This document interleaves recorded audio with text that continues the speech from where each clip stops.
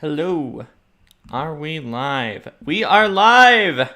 Okay, it's a little bit early actually. It's 10 minutes early compared to when we said we were going to go live, but I got everything up and running, so I figured let's start early. Why not? I mean, I got the download, it downloaded, it went up onto my PDF reader, and it's all working out. How is everyone today? I hope you are excited for the War of Immortals class playtest. We're going to look through it today. And so, yeah, basically that's what we're going to do. I guess we're a little bit early right now. So while people are trickling in, oh gosh, a lot of people went down from before, possibly because of the intro commercial or something like that. But there's a link that I can give you that is to the PDF so that you can get it there. And also, while you're at it, if you're interested in at all in Battlezoo Ancestry's Year of Legends, which is coming soon, and you want to be informed about that, click the second link that I put beneath that. So, we've got this class playtest. As we saw yesterday, if you saw it on Twitch or all over the internet, there are two classes for the War of Immortals playtest, the Animist and the Exemplar. And even if you didn't see that, if you can even read it to my right over there, it says there's an Animist and Exemplar classes. Animist is a divine spellcaster with their own unique progression, which I guess we're about to see when we scroll down. They act as a conduit between living and spiritual realms. The Exemplar is a potent combatant with abilities from their spark of divinity. They channel this power to sacred items called icons to perform supernatural deeds. And they will appear in the upcoming source book, Pathfinder War of the Immortals, scheduled for winter 2024, which also brings new legendary creatures and character options for a wide variety of classes and characters, as well as new mythic rules to Pathfinder.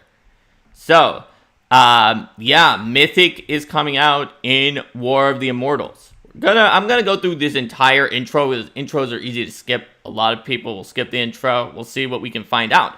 Last time we looked at the intro, we found like a different list of people under the Sincerely line, and that was useful and interesting. So, it says that the playtest is gonna run until October 2nd, so that's about a month.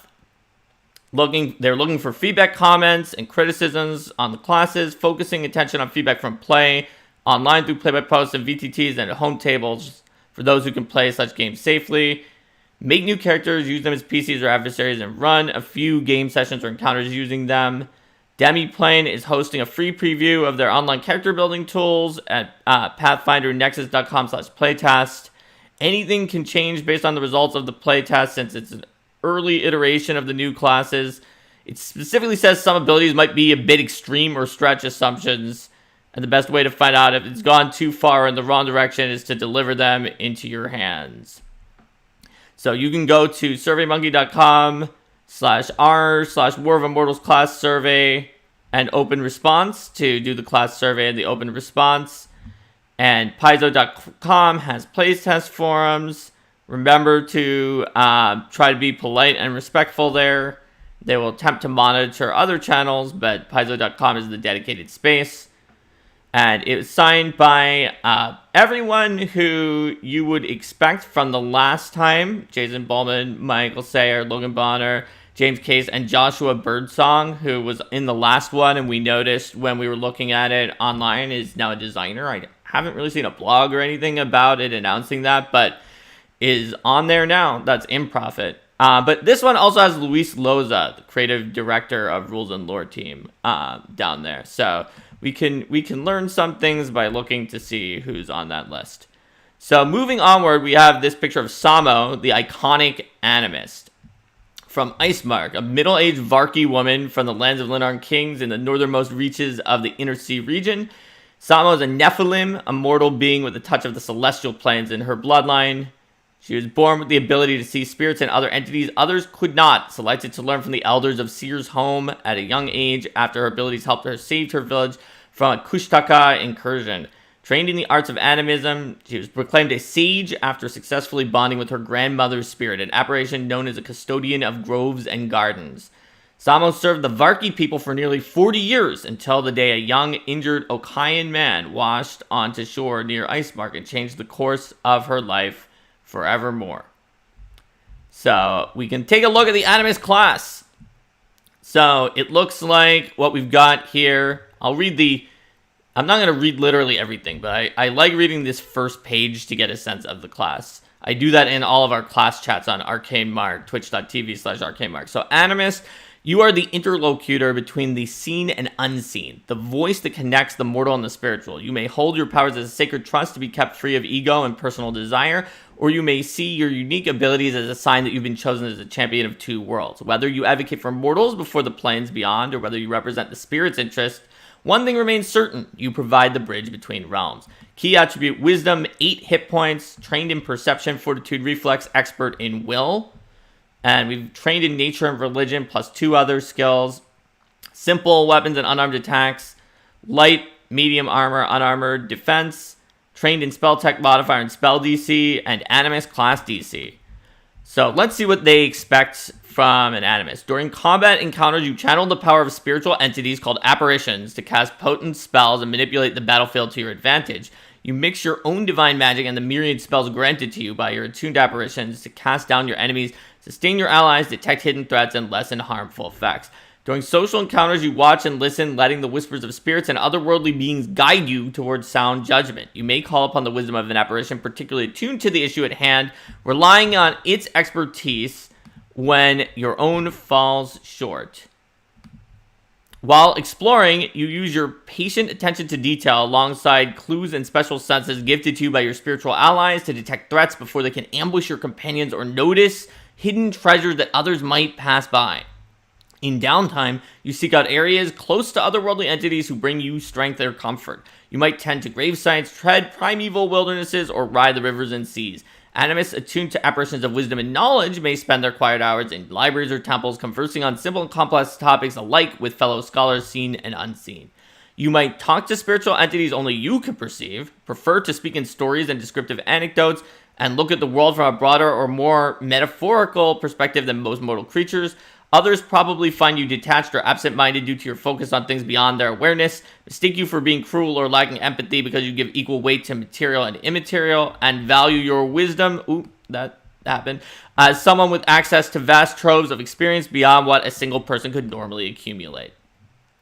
So let's see what we have going on in chat. So Derek from Knights of Left Call says, I don't believe it's actually mythic, more mythic inspired. But it said mythic rules, so it seems like mythic rules. Like I'm going to scroll back up, everyone, so bear with me. It says, bringing new mythic rules to Pathfinder. Did not say mythic inspired rules. So I assume, obviously it's not going to be exactly the same as before, because nothing is.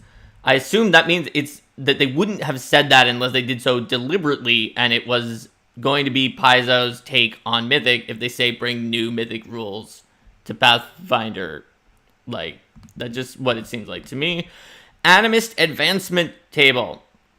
So we look at this here, and we've got Apparition, Attunement, of course, Ancestry background, attribute boosts, and initial proficiency. That's what everybody has. So we've got our Apparition Attunement, and it tells us there's lots of apparitions. They can be human spirits, they can be animal spirits, they can be all sorts of other kinds of spirits, and you may attune to one or more specific apparitions that accompany you on your travels or adapt to your surroundings. During your daily preparations, choose 2 apparitions from the list on page 12, and one is going to be your primary. They grant you lore skills and additional spells you can cast. And your primary apparition grants even more powers. Whenever you refocus, you can change your apparitions. And it looks like They remain attuned until your next preparations, but some Animist abilities can temporarily disperse them in exchange for a powerful boon. Losing access to all of its gifts, even its skills and spells, and you can't use any of its stuff. So, Animist and Apparition spellcasting. Here we go. Here's the hybrid spellcasting that they said from before. So, your role as a spiritual medium connecting the mortal universe to the realms beyond lets you cast your magic in two distinct ways. You learn and prepare spells from divine tradition yourself and channel the knowledge of power from attuned apparitions. So it looks like you're going to cast a spell no matter what you do. And there's a delineation between the two. So the Animist spell casting is prepared, and it looks like it is a pretty small number of spells, at least at first level. It's like the smaller amounts that you would see on like Psychic.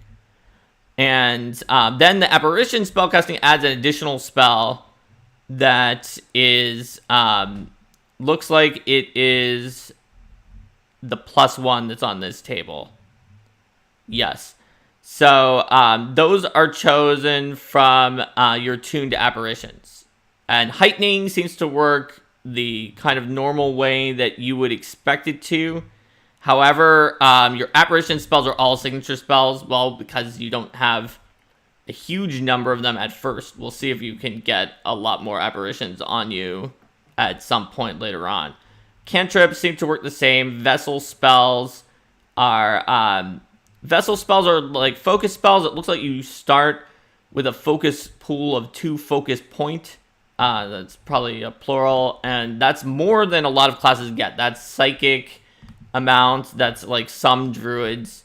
So you already start with like a pretty high amount of focus points. Here we see that the limit is 3 points, like everybody said during the remaster previews, when the remaster made it look like maybe the limit had been removed, but then people from Paizo said it's still in there and it can never go more than 3 points, and that's what it says here. It looks like you refocus by treating with nearby spirits and meditating on resolving an issue with the balance of the spirits or telling a story. So your animistic practice is going to be your class path here. The channeler don't form very deep bonds because they just channel around with a whole bunch of different apparitions. They can spend 1 action once per round to spiral around and choose a different apparition to switch to. This is more like the if you think of the medium class in Pathfinder 1st edition, where like the main medium just kind of slowly switched between spirits, and there was like a dancer archetype I wrote for it that can quickly switch between them. The channeler is kind of more like that. And for 1 action, you switch around which one is your primary spirit.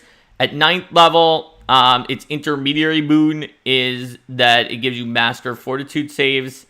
At 13th level, it gives you light armor, medium armor, and unarmored defense to expert. That's interesting that that's the greater boon, because everybody normally gets armor increases at that level. And at 17th level, the first time in an encounter you enter a specific stance granted by an Animist feat, you gain temporary hit points equal to your level +2 for 1 minute. So sages, on the other hand, are sensitive to the presence and influence of spirits and undead. They serve as go-betweens for spirits that intentionally linger, and they are often community leaders or educators and frequently associated with apparitions of fixed sites of power. So at first level, they gain Apparition Sense and Apparition's Possession. Possession is 1 action once per round, where you relinquish control of your body to the apparition. Until the start of the next turn, you are immune to control effects and spells that attempt to influence your actions, such as Charm and Command, unless its spell rank is more than twice your level. However, the only actions you can take are to stride, strike, cast an apparition spell, cast a vessel spell, or use an action that has the apparition trait. So I'm a little bit confused by this. Unless you expect to get controlled in the middle of your turn, it seems like that this should probably have a requirement that it's your first action of the turn, because you can just use it as the last action, and I don't think it's going to affect you unless you have in an instance where you manage to get like an off-turn reaction that is not with the apparition trait. In fact, I'm pretty sure there's a apparition granted reactive strike that maybe technically is not allowed by this, because even though it is a strike and is granted by apparitions, you're taking the reactive strike reaction. So we'll look at that later when we see. I see now why the armor is the greater boon for the other one, because the Sage actually gets it faster than all other spellcasters by a significant amount, where it gets 9th level for the expert proficiency. That's extraordinarily significant for the levels where it gets it, because of the fact that armor is not something that's easy to get your expert in. Fighter gets armor expertise at 11th level. Fighter. And it's one of the ones that gets it sooner than some other classes. So it's actually very weird for a full claster to have any option that's gonna give the expertise at that stage of the game. So let's see. People are asking some questions in chat. I'm going to look through them here. There's a question, do you always get that boon or only during possession? Also, unless its spell rank is more than twice your level, is interesting, because at level 5, it would need to be spell rank 10. Oh yeah, that is an interesting point. I was not thinking about that. I was thinking that it meant that the spell rank needed to be basically... It probably means that it needs to be more than half your level. It probably means, like, if you're at level 20, then it takes, like, or at level 19, it takes a 10th level spell. I feel like the double is in the wrong place here. Just based on the idea of that it's not full immunity, which, like, Pathfinder 2 pretty much doesn't usually ever give you full immunity. But based on the fact that it's not full immunity, and it's doing this double, rank is usually the thing that gets doubled, because it scales at half of your level.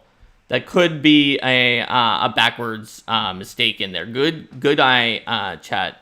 So, yeah, it's very unusual that that it gets armor, like, before almost any of the martial classes. Like, when does... I think that only, like, champion gets it faster than that. That's very strange. I wouldn't have thought of the Animist as being more of an armor class than the fighter. So at 13th level, they gain spirit resistance, and a circumstance bonus to saves against spirit effects, are immune to effects that separate your soul from your body against your will, because they just know a lot about souls. So this is more immunity. I guess we did see some immunity in Kineticist.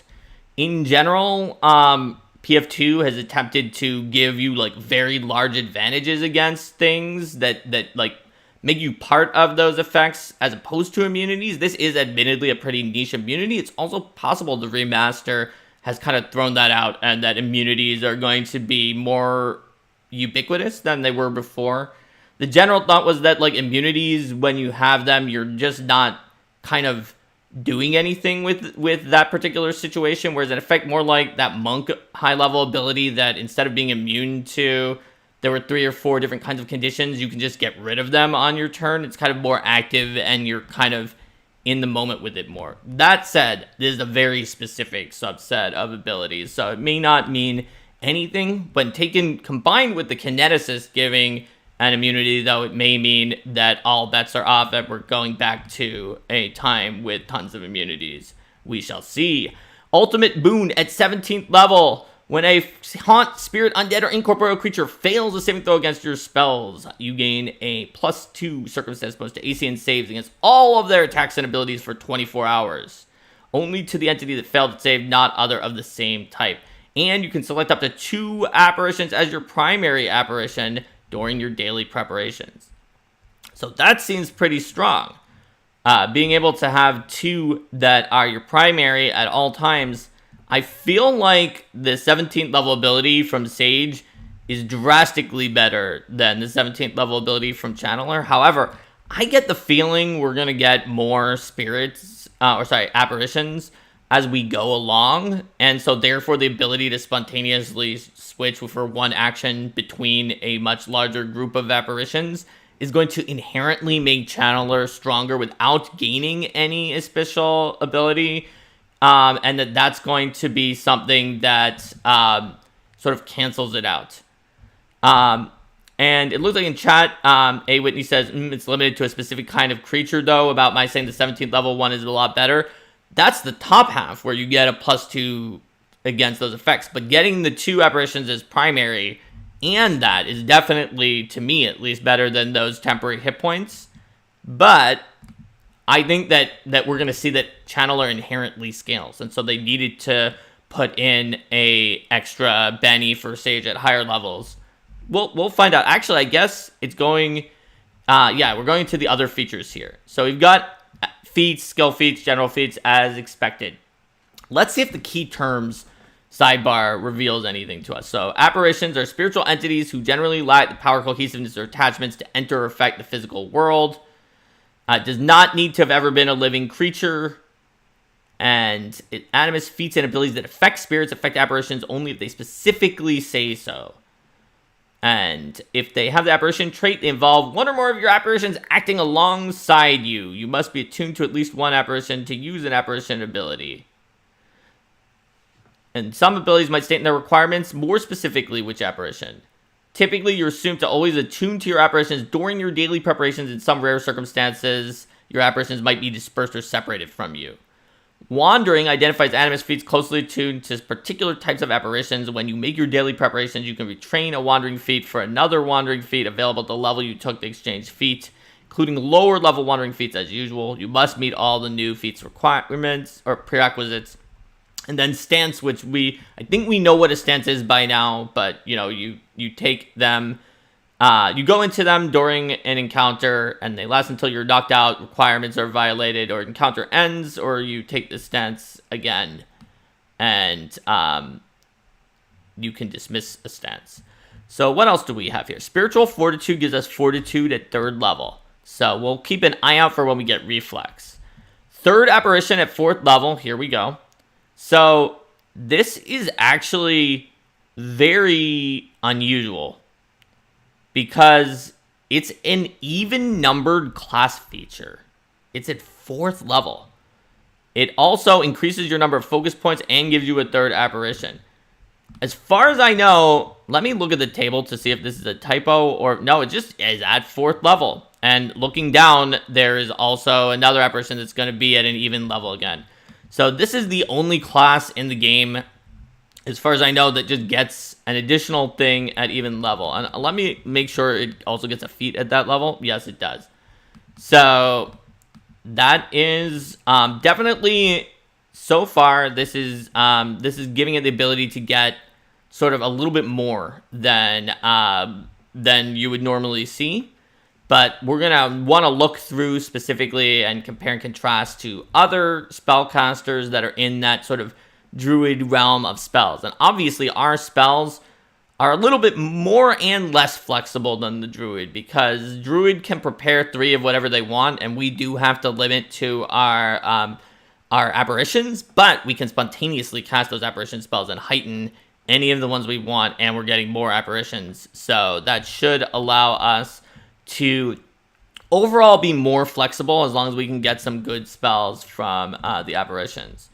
So let's keep going down. So we've got our typical expert spellcaster at 7, apparitions awareness at 9th to get perception. So we still don't have reflex saves. That's going to be at 11th for apparitions warning.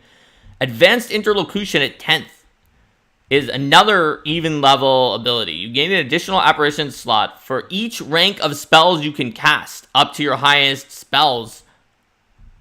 Whoa. Up to your highest spells -2. Okay. I thought I just saw the 2 and I thought it was like your highest level spells is 2. I was like, it's not 2. So that probably explains on the table why it goes up to 2 on some of these. So that's pretty that's pretty strong. Obviously it's not giving you more of your best spells, but this is a class that actually has, I see what they mean when they said that they were like pushing the limits on some of these abilities. Playtests on some of the classes at Paizo up till this point have generally tried to be something that tries to shoot either down the middle or a little bit low so that you can add more when it's necessary. This is due to the fact that when you overshoot, people get mad when you pull things back in the final version. But this one, they mentioned, and hopefully people read it, that they've gone a little bit more on things than before. So at many spell levels, this Animist gets as many spells per day as the Wizard and the Sorcerer and the top number of spells per day, while being an 8 hit point class, which the Wizard and the Sorcerer is not, that is capable of getting expert armor proficiency before the fighter can get it. And admittedly, the Wizard does also have bonded item. We don't know exactly what they're going to get in the remaster either. And feats that can add more spells as well. Plus, their top 2 levels of spells also are at the top. But that's pretty interesting. I'm very curious as to why that was a 10th level ability instead of just being, I guess, an odd level or being at 5th level and just applying the first moment that you could possibly have a spell that was 2 levels lower than your max spell, if you see what I mean, so that at 5th level it would give a 1st level spell and so on. It's unusual that it comes in at 10th level, and I'm not sure why, but that is where it comes. Maybe because if we saw things in Kineticist, that would be one thing, and I would be like, maybe we're missing something, and in the remaster, there's going to be more even class features. So at 11th level, we got Reflex, as mentioned, and we get a simple weapon expertise at 11th. At 12th, we get our 4th Apparition. And at 13th, weapon specialization as normal for a spellcaster. We get Master and Legendary Spellcaster at just the same time as normal. And our Capstone, 19th level, is a 10th level Apparition spell slot. So that one is interesting because it isn't a free 10th level spell slot, but it does mean that you actually have 4 choices for your 10th level spell, but they can't be from anything that you want. And I have 5 choices because you can use it to cast Avatar to become an avatar of one of your apparitions. So that's what we've got in terms of the chassis. And Helpful Draw says maybe it's a new trend for all casters. And that's possible. Bruno says, I've heard game designers, particularly video game designers, say they can get better feedback when they make overpowered changes. It's usually easier to tune down. Any thoughts? So, in video games, particularly in competitive video games, it is easier in some ways to see an overpowered thing and tune down. The problem with tabletop RPG playtesting is twofold when you make something that is on the strong side. It doesn't mean that it's a deal breaker. It's just a reason that you might want to avoid it. Problem 1, actually, they're really the same problem that just manifest in 2 different ways. The main problem is that tabletop RPGs are a collaborative game with very different experience levels of different groups, different metas of different groups, whereas the online video game meta for like certain esports is very static and locked in. And so therefore, also some groups just play on a mode that is pretty easy, whether the GM is just like lowballing the tactics of the enemies or they just, it's kind of a more casual game. So some groups never have to go up against a rigorous like life or death situation. This is especially true when you're testing stress test abilities that are like, how well can this survive when you're about to lose in a fight that is close to a TPK style of fight. So when it comes to tabletop, not only can you not run as many simulations as a video game, but also many groups are just never going to get to a situation where it's do or die. And so it's possible to just miss that something that's overpowered is overpowered. You'll just play it, you'll win by a lot, you usually won by a lot, you can't tell.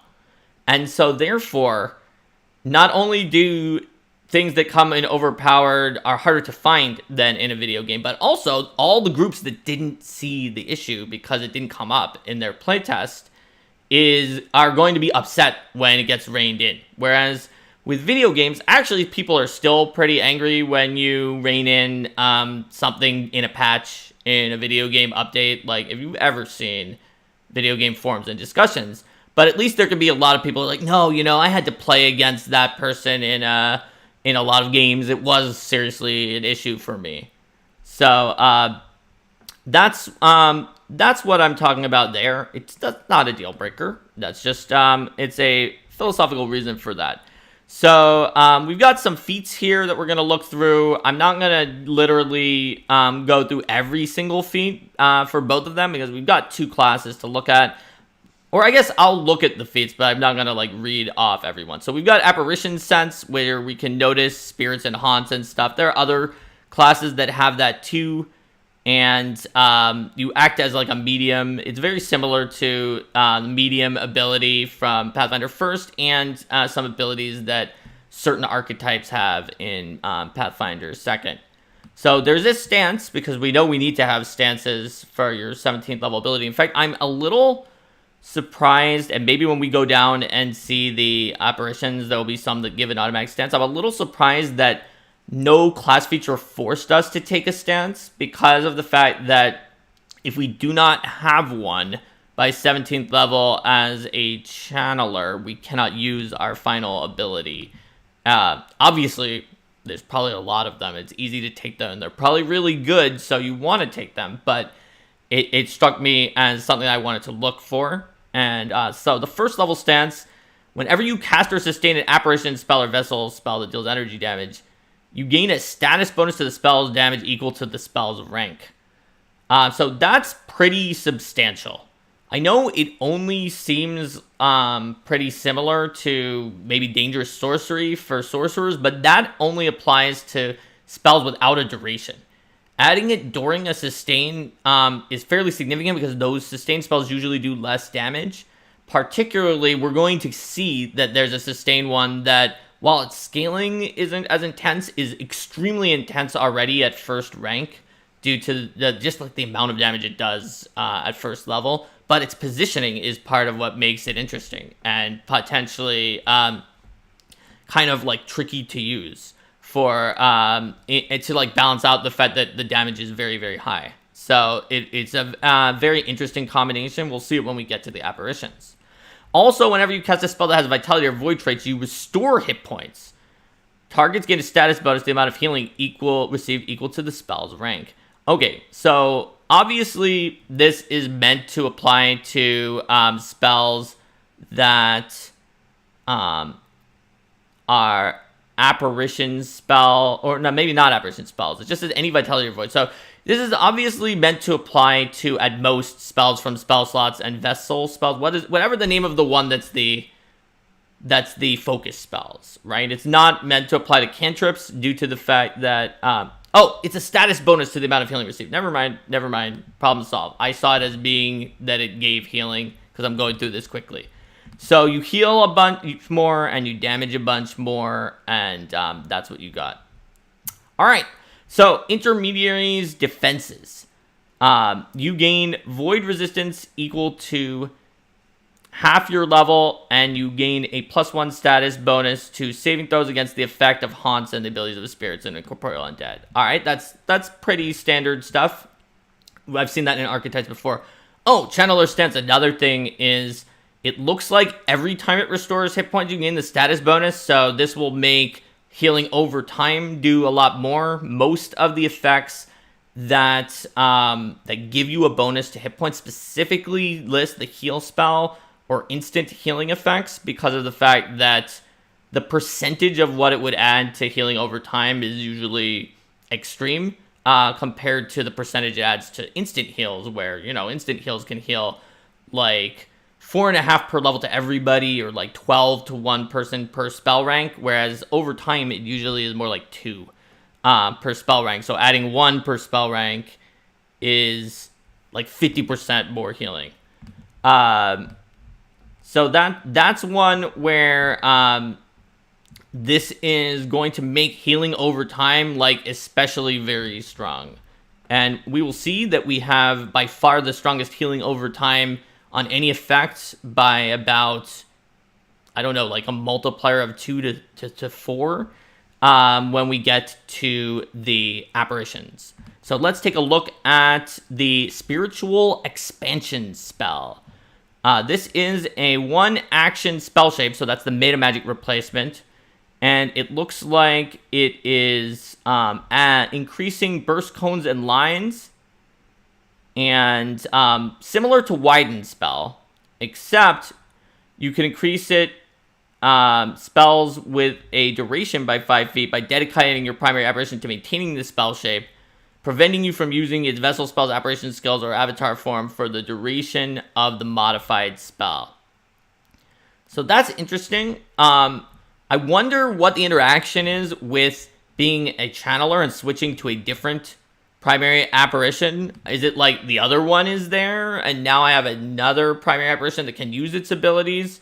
I would imagine that if you switched off of the apparition that was being primary enough to maintain the spell, that it would actually stop maintaining the spell at that time. And Quag Major says, what if you have 2? I think if you have 2, just that one is doing that, and the other one is fine if you're the sage. But I feel like if the idea is it needs to be invested with enough stuff to be primary to do this, then probably if you swapped it off, you might lose the benefit, although it doesn't say that. Maybe you can't swap it off. This will have some interactions that'll be interesting. So it's got Conceal Spell, which is, it looks like that Conceal Spell says it gains the Subtle trait, which gets rid of manifestations, and it only hides the actions of manifestation. So that's interesting. That seems to me to suggest that there's not a check to be made anymore to conceal spells. So we'll have to look at the remaster, the final remaster, but it seems to me that the Conceal Spell feat and the Subtle trait might make it so that you can just flat out spam spells in the middle of everyone without anybody ever being able to notice again. That's unclear. We need to see what the remaster does, but it might be the case. In Pathfinder First Edition and Pathfinder Second Edition, up until this point, there was always some kind of skill check, so that someone who was very skilled at handling, at like perception or noticing that you're casting a spell would at least have a chance to notice that you're casting, and you couldn't keep casting just like forever as long as you didn't shoot out a fireball. So I'm very curious about that, and it seems very interesting to me. Embodiment of the Balance adds heal and harm to your apparition spell repertoire, allowing you to cast them with your apparition spell casting. That seems pretty handy. Grasping Spirit spell is another spell shape. This one is once per 10 minutes.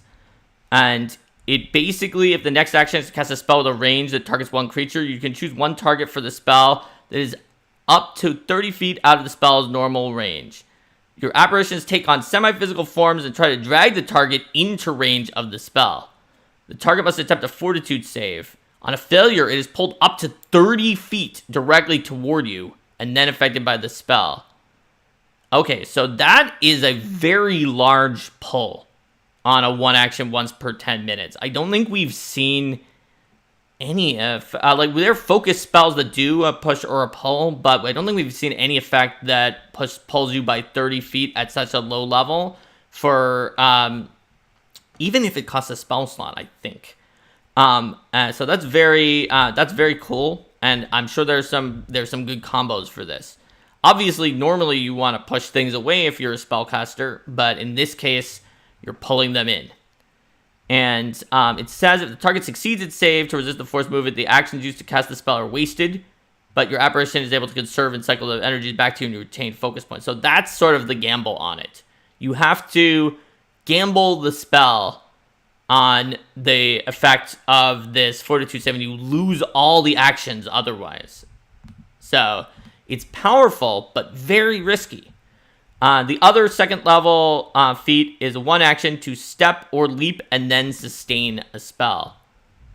So that one is pretty powerful in terms of things that give you 2 actions that are like a reload while also moving.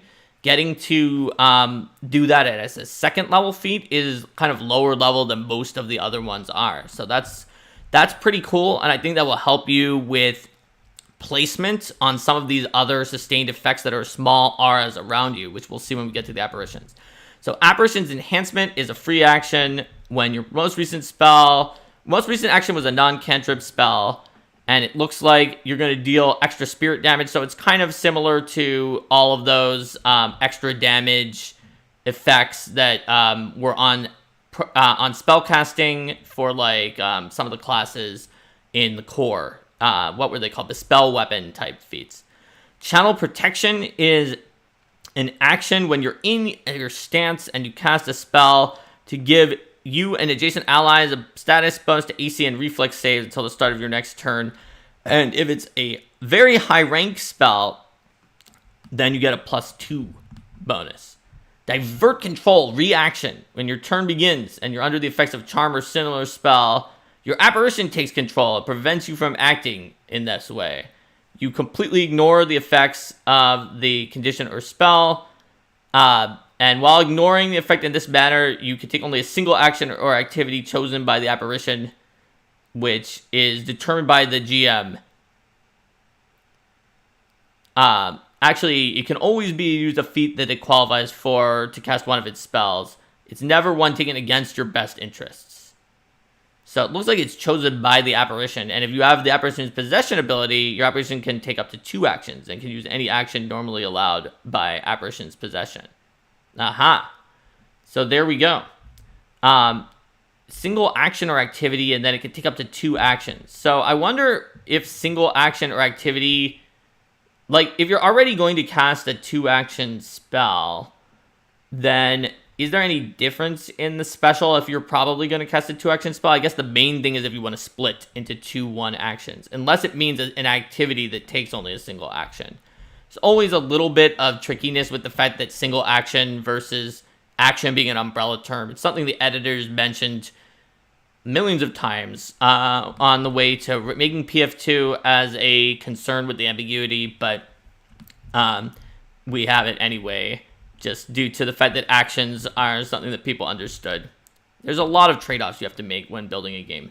So Walk the Wilds is going to give you animal form on your apparition spells, and if you are attuned to a Stalker and Darkened Boughs, it increases the duration of the focus spell to be sustainable up to 5 minutes. Alright. So we've got Apparition Stabilization, which is a 6th level feat that attempts to prevent your spellcasting from being disrupted. And if you have a lot of attuned apparitions, then you will wind up needing a lower flat check than most people do for steady spellcasting. So it looks like with 4, it would be DC 12. So it's much less likely to get disrupted than anybody else is right now. Although I guess we haven't seen whether steady spellcasting is going to get various versions in the other classes in the remaster. 6th level feat is a reaction Blazing Spirit once per 10 minutes. One of the apparitions you attuned has to grant particular types of lures, and an adjacent creature damages you with melee attack, or a creature damages melee unarmed, kind of the fire shield clause. And you gain resistance equal to your level against the triggering attack, and they take fire damage and persistent fire damage. Then there's Grudge Strike, which is for a different type of apparition with a different lures, where it's 2 actions, melee strike, with a +2 circumstance bonus, and dealing additional void damage or vitality damage against undead.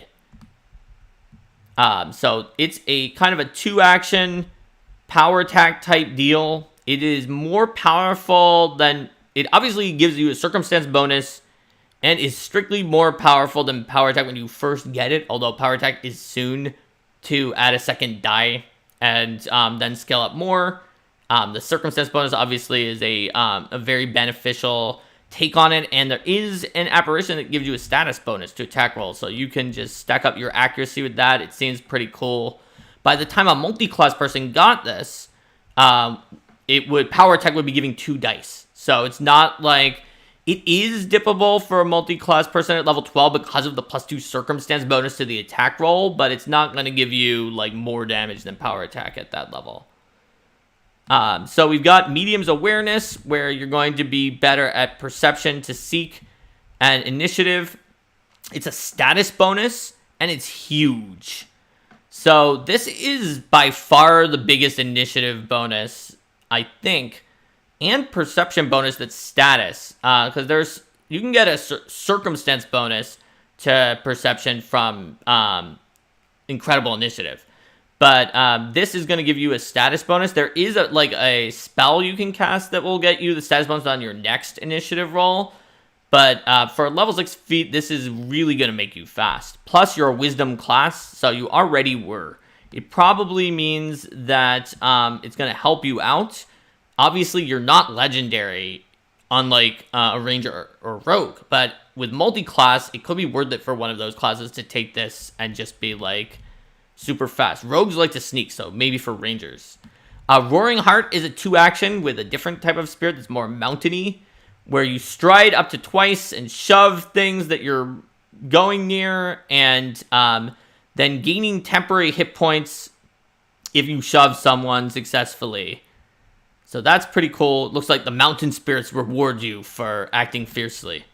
Neat. I like that. So basically, anytime you need to move twice, you might as well shove people aside and get some temporary hit points. Possession Echo is a metamagic spell feat thing, or spell shape, 1 to 3 actions, once per hour. You relinquish control to your apparition in exchange for power. You regain 1 expended apparition slot that is at least 2 ranks lower than your highest level spell slot. That is big. That is huge. Your apparition immediately uses your body to cast an apparition spell that can be cast using that slot. The number of actions required is equal to the action cost of the spell cast. Regaining control is difficult. You're confused until the end of your next turn. So that is very weird, and is cool as well. It seems to me like we need to take a look at what the apparition spells are and see if there are any with long durations. This seems like it is, at the very least, kind of a landmine towards long duration apparition spells that you can cast that are like 24 hours or something. You can cast it, then the confused round happens and you're not in combat and nobody else is around, and then you just have it, and an hour later you still have it. So that's something that you may have noticed if you look at some of those high-level feats in the core casters that give you spells like once per 10 minutes or once per hour from your slots. They always have a limitation that they cannot be used on spells that have a duration. Now, these are limited to apparition spells, so therefore they might be the case that apparition spells are carefully curated to never include spells that would cause an issue with this. But it is also just something that would have to be remembered in the future when making more apparitions as well. Soul Synchronization is for sages specifically and gives recall knowledge as a free action once per round once you have this feat while your apparition's possession ability is active. And strikes you make with a weapon or unarmed attack deal an additional 2 points of spirit damage, and you gain resistance equal to half your level against all physical attacks, but have weakness to spirit damage equal to 1/3 of your level. However, there are ways to get resistance to spirit damage that are higher than that, so that weakness is not too bad. So that's pretty cool. So you get a little bit of extra damage, you get a free recall knowledge, but you're open to spirits. So Spirit Walk is an 8-level feat for fortune-telling spirits. When you're searching or detecting magic in exploration mode, you and up to 4 allies don't trigger reactions from haunts and spirits? Whoa. That is wild. That means that you flat out are basically, you just ignore haunted houses as long as you have a small enough group. Oh, there's a super chat from Creative Burst. Jason Bowman on the forums say that Mythic rules are categorically not an extension of the game past 20th level. And, you know, they weren't in Pathfinder 1st Edition either. They didn't go to 21st through 30th level. They were just an extra add-on that you could put in if you wanted to. There's also a question about wandering abilities that we mentioned earlier in the sidebar. We haven't seen them yet, but you can swap them for other wandering ones. Like, oh, no, we have. They all have wandering, the ones that require particular lore. So we can swap them if we don't have a fortune teller today. We swap it for another one that has wandering that is not requiring a fortune teller. So this is really wild that you can just use this Spirit Walk ability and just flat out ignore the haunts. Like, I'm really loving the flavor and abilities on this class. This is the first one that gives me pause, because sometimes those haunts like tell the story of the area or do something that's like pretty important to the plot, and it feels like the ability to make them not even happen is something that I, as like an adventure author and a GM, am not super happy to see. I probably would have rather seen it give some massive benefit against the reactions from the haunt, rather than just make the haunt not happen in the first place. It looks like also you and allies within range gain resistance equal to half your level against haunts and spirits for the first turn of an encounter. So Wind Seeker is an 8th level feat that requires that Walk the Wilds ability that we had before. So what was Walk the Wilds? Let's go back. What is actually Walk the Wilds? Like, flat out, I don't actually see it. Is that just like the name of one of the apparitions, perhaps, or the name of something else? Does anyone in chat know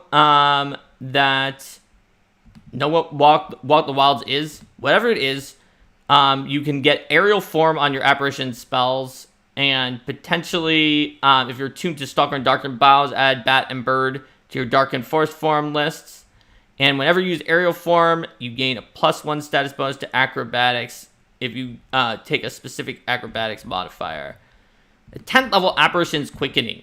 So whereas normally quickened spell is once per day, this is basically quickened spell, but it gets rid of one of your apparitions until your next day. So at best, at higher levels, it's actually like 3 times per day, because you never get rid of your last one. And but you lose a lot of your class's abilities for it. And so that's a really interesting trade-off, because 3 times per day on Quicken Spell is extraordinarily powerful, but you're going to feel it afterwards. That's really cool. So Fly on Shadow Wings is a 2-action once per hour, which will choose one of your apparitions for 10 minutes. You gain a fly speed equal to your land speed, but your apparition is dispersed automatically, reattuning to 10 minutes later. So once per hour, you kind of put your apparition as wings. That's super cool.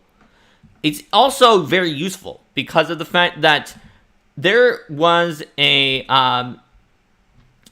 8th level ability in I think Air Kineticist that gives a bunch of flying to everyone, so we didn't know exactly where flying was going to be, and this is a powerful and cool flying ability that seems like it's showing us a little bit more about where flying is going to be in the remaster. Also, it looks like Mike is in the stream and explained to me that it is a 4th level feat, Walk the Wilds. I'm going to look through that again. There it is. It's the one that gave animal form. Of course it is. It's the one that was similar to the one that we were looking at. Perfect. That's a cool upgrade to it. All right, so Overwhelming Energy. 1 action spell shape. So it's our metamagic type things. It looks like it makes your damaging spells harder to resist, and you ignore resistance to a bunch of damage types. This is similar to some feats that we've seen before on like Wizard and other classes, and looks great. It's definitely something we would want, since we have ongoing effects and a lot of sustained effects that do a smaller amount many times. So getting the spell shape Overwhelming Energy up on them is going to help if you have to deal with resistance. So we've got some reactions that are all wandering. Shadows within shadows. When you be detected, by an enemy that's seeking you, or they would counteract to end a spell you've used to make yourself hidden, concealed, or undetected, then you make them re-roll, so it's a misfortune. Or spiritual guidance, once per 10 minutes, when you or an ally would fail but not critically fail a strike or spell attack against an enemy you perceive, then they re-roll, and it's a fortune. Whispers of warning, when you would be hit but not critically hit by an attack once per 10 minutes, it's a misfortune that makes them re-roll, and it requires medium's awareness. So, interestingly, I think spiritual guidance does not actually have any requirements or any prerequisites, but it seems that it is a wandering, probably so that you can swap it out if you don't have medium's awareness and don't have an underworld spirit. So, like, it needs to be a target feat to take when no other spirit would do, because obviously you might not take any of the types of spirits that match the wandering spirits, and in that case you would be in a situation where you'd be like, what could I take? And so you need something that doesn't have as many requirements.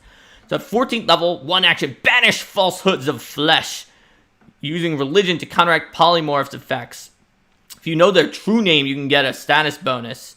And if they're under multiple polymorphs somehow, even though normally that can't apply unless that changes in the remaster, you choose which one to counteract. GM chooses randomly if they aren't obvious. And then they're temporarily immune for 1 day, so you don't just keep spamming it on them. Awesome. That sounds like something you should be able to do that really fits with the motif of this class.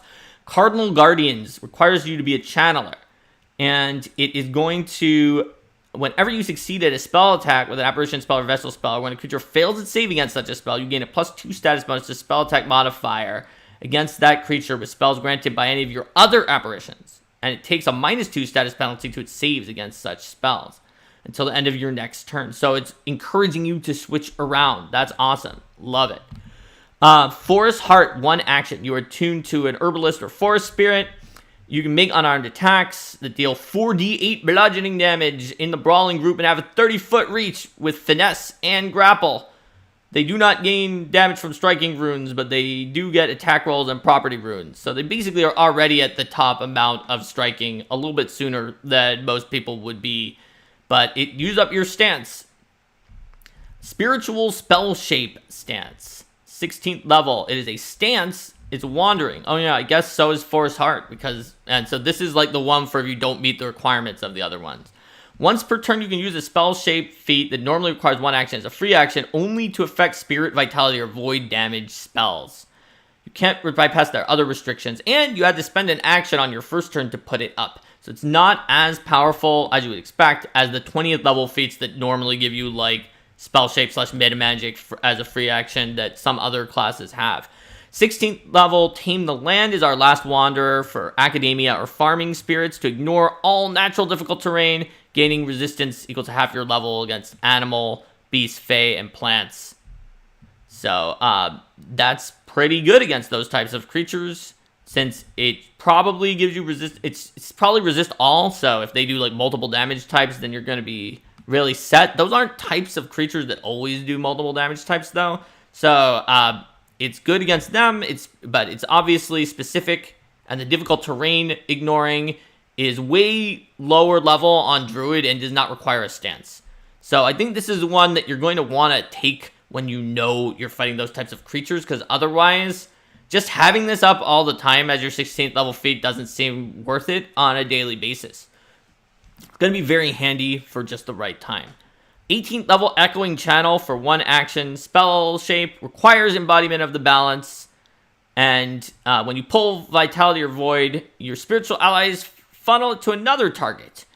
When you do a 2 action Harm or Heal, choose yourself or another creature adjacent to either you or the target, and they get the 1 action version of the same spell, even if it would otherwise be out of the range of the spell. That's cool. That's fun. Then you get to spell things off onto somebody else, and I like it. It is a spell shape, so it takes 1 action, but it's saving you spell slots, essentially. It takes the same number of actions as casting the spell twice, but you can't spam it all on the same person either. Soul Cycle is free action when your turn starts and you have Sustaining Dance and an Animist Stance feat, your spiritual allies guide your movements, allowing you to prepare for the trials before you faster than you think. You step or leap, then enter an Animist Stance. So it basically lets you, first of all, it lets you enter Animist stances, multiple stances, if you are, if you have multiple of them.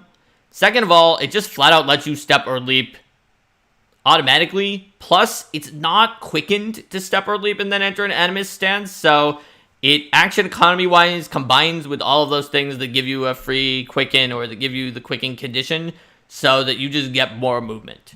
So that's pretty nifty.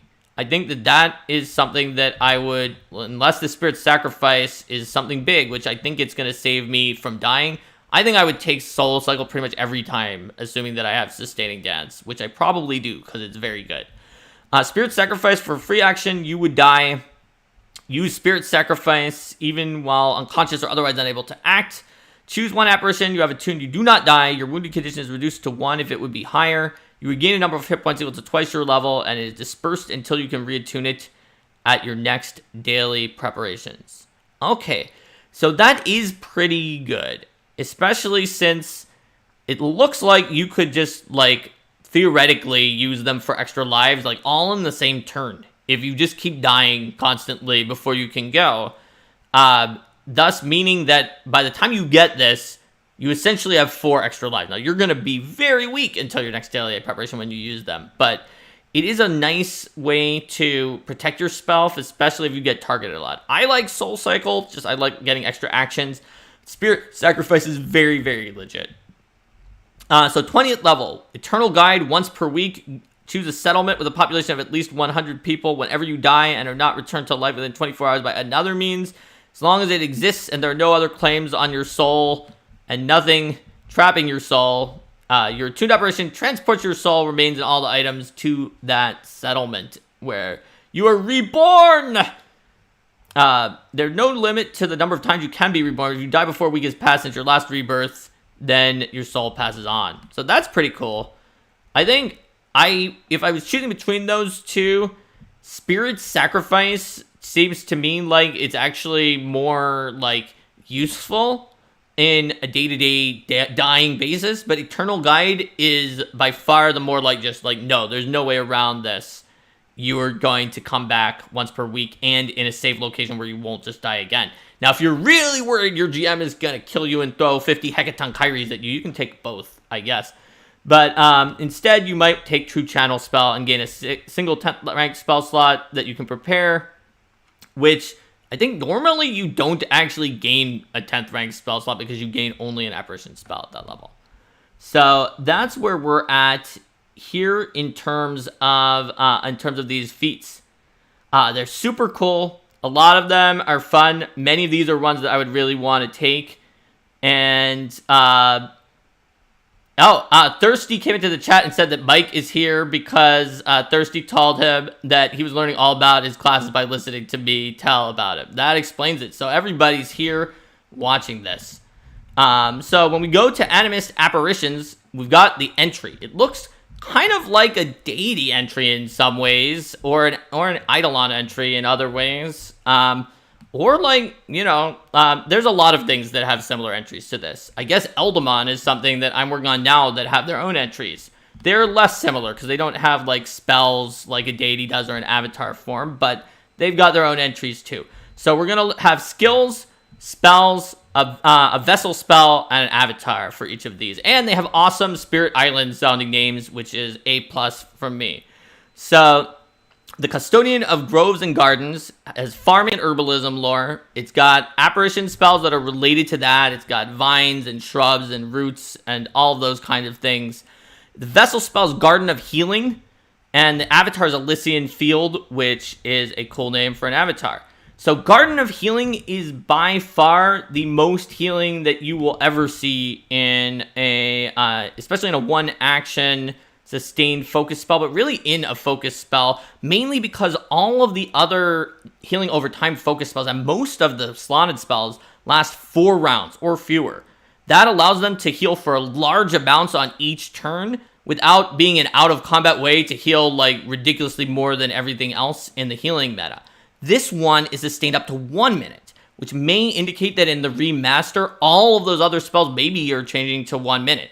The reason that they were at 4 rounds or lower before is because basically, like, in the design team, we had a discussion about it, and we're saying that in older editions, like Pathfinder First, there were a lot of spells that were lasting up to 1 minute or longer with fast healing, and they healed for very small amounts, but were still the best healing that you could possibly get if you used it out of combat. And so they were kind of like not that fun in either case, because they weren't enough, like Infernal Healing in Pathfinder 1. It wasn't enough to actually matter in a fight, while still being more than everybody else could do out of a fight. The solution we came up with was shorter duration healing effects, so that you can heal for as large as you want, but it won't out of combat heal for massive amounts. Now here it's at 1 minute, so that may mean that that has changed. It also heals in an area for 1d4 hit points to everybody per rank. Now, the most similar effect, which we don't know what it's going to look like in the remaster to this, are probably the Witch's Life Boost and the Hymn of Healing for Bard. Witch's Life Boost does not require sustaining, but it heals for less than Garden of Healing, for less time. It heals for 2 instead of 1d4, 1d4 being 2.5 on average, for less time, 4 rounds instead of 1 minute, and to 1 target instead of everyone in the area.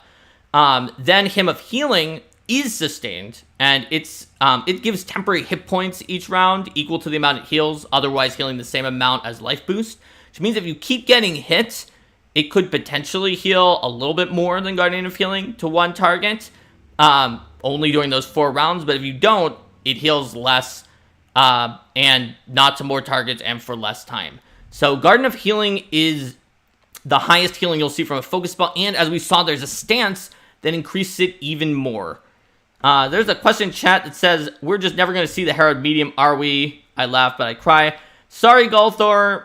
That is work product that I did while I was working at Paizo. Yes, it's almost done, but it would require Paizo to, like, release the rights for me to put it on Pathfinder Infinite or something like that before anybody could see it.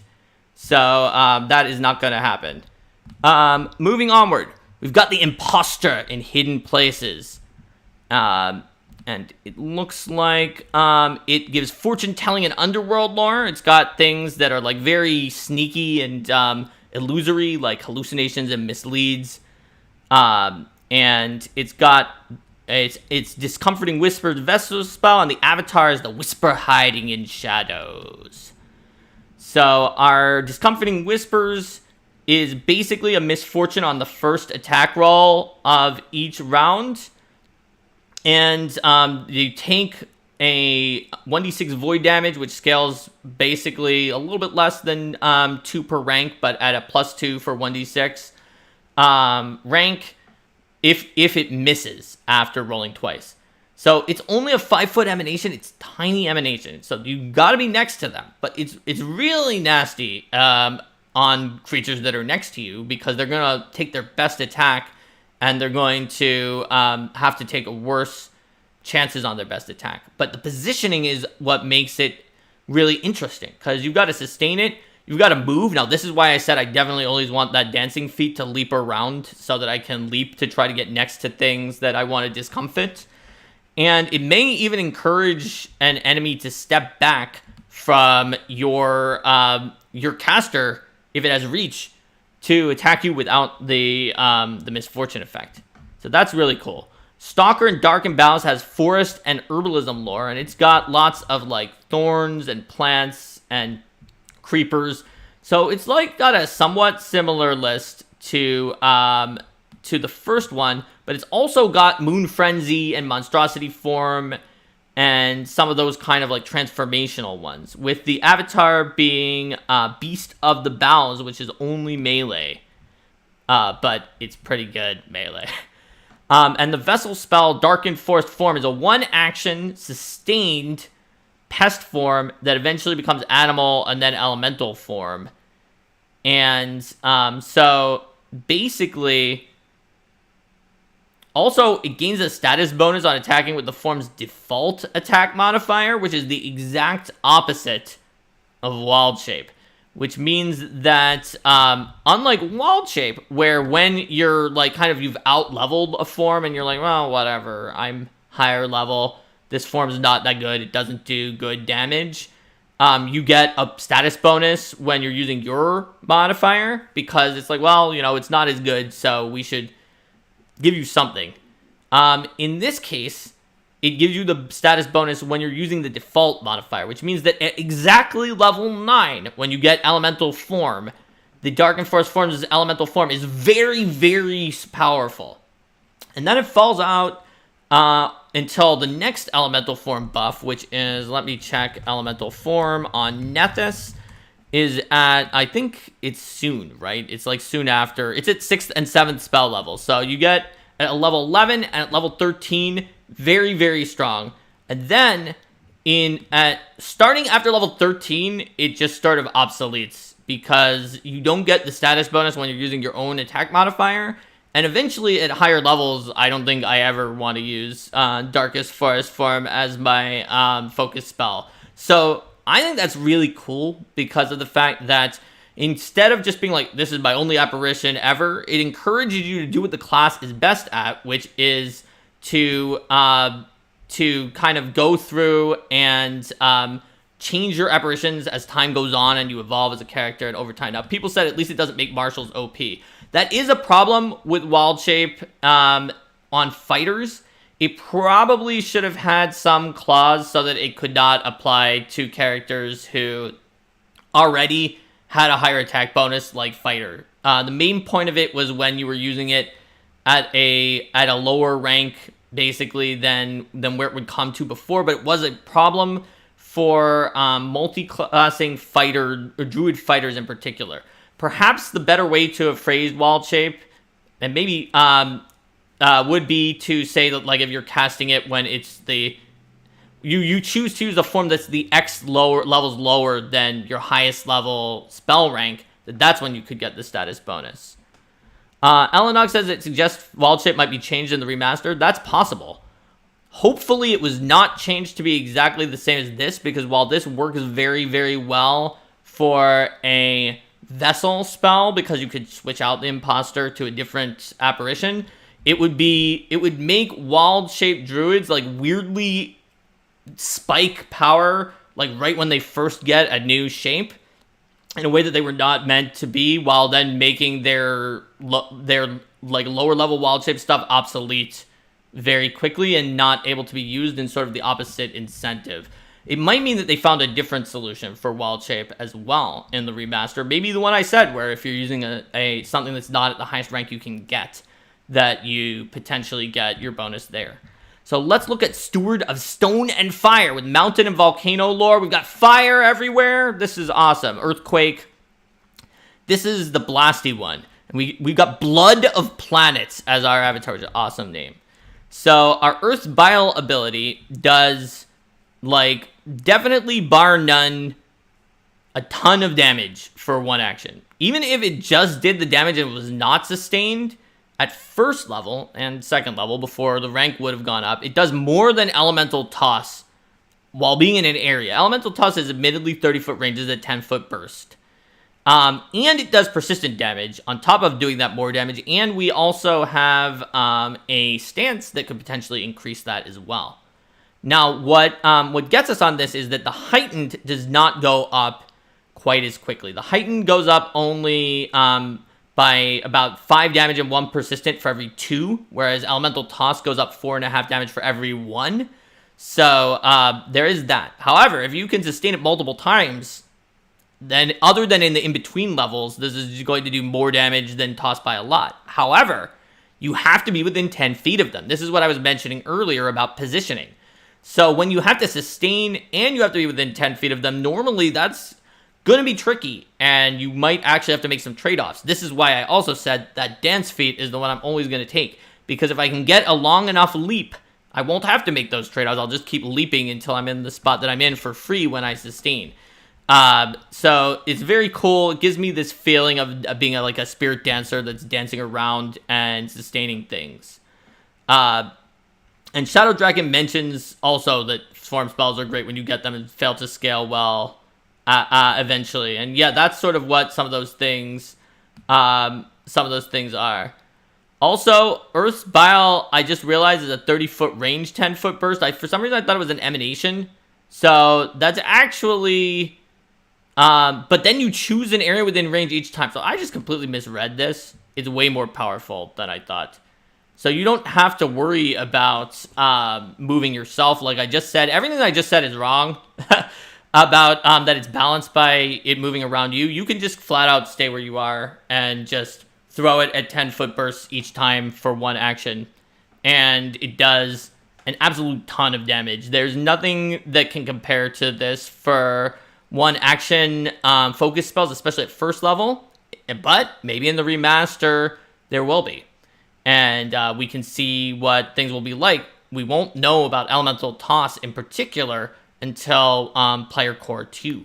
Now, obviously, at levels 3 and 4, it falls behind, but it does come back up every +2 levels as well. So this is going to be very, very strong for a blaster because that one action sustained to do that much damage in a burst is, like, it's not the most damage, but it is a good amount of damage. Vanguard of Roaring Waters, Mountains and Rivers. It's got all the water.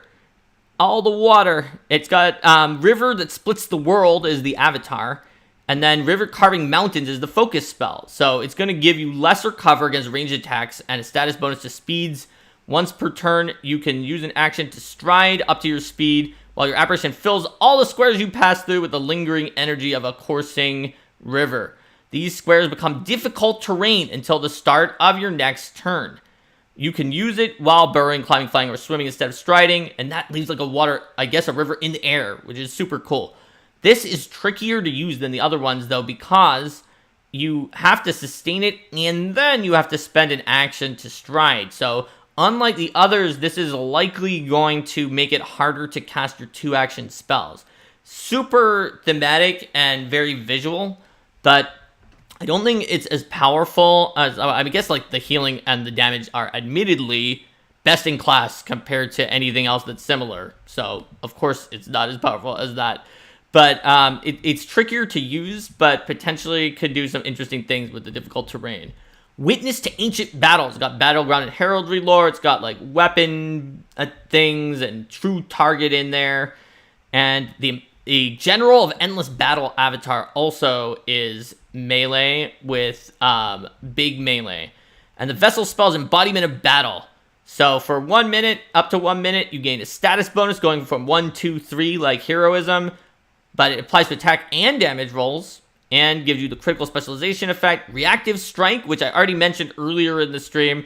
You probably can't use if you're a sage and you get possessed by your spirit, since it's technically a reaction. And maybe literally the only thing in the in class that you can possibly get that you would actually be a drawback to the to using your sage ability as the final action of your round to possess yourself, even though it limits what actions you can take, up until the higher level fate that gives you bonuses for taking actions when that sage ability is active. And it gives you martial weapon proficiency.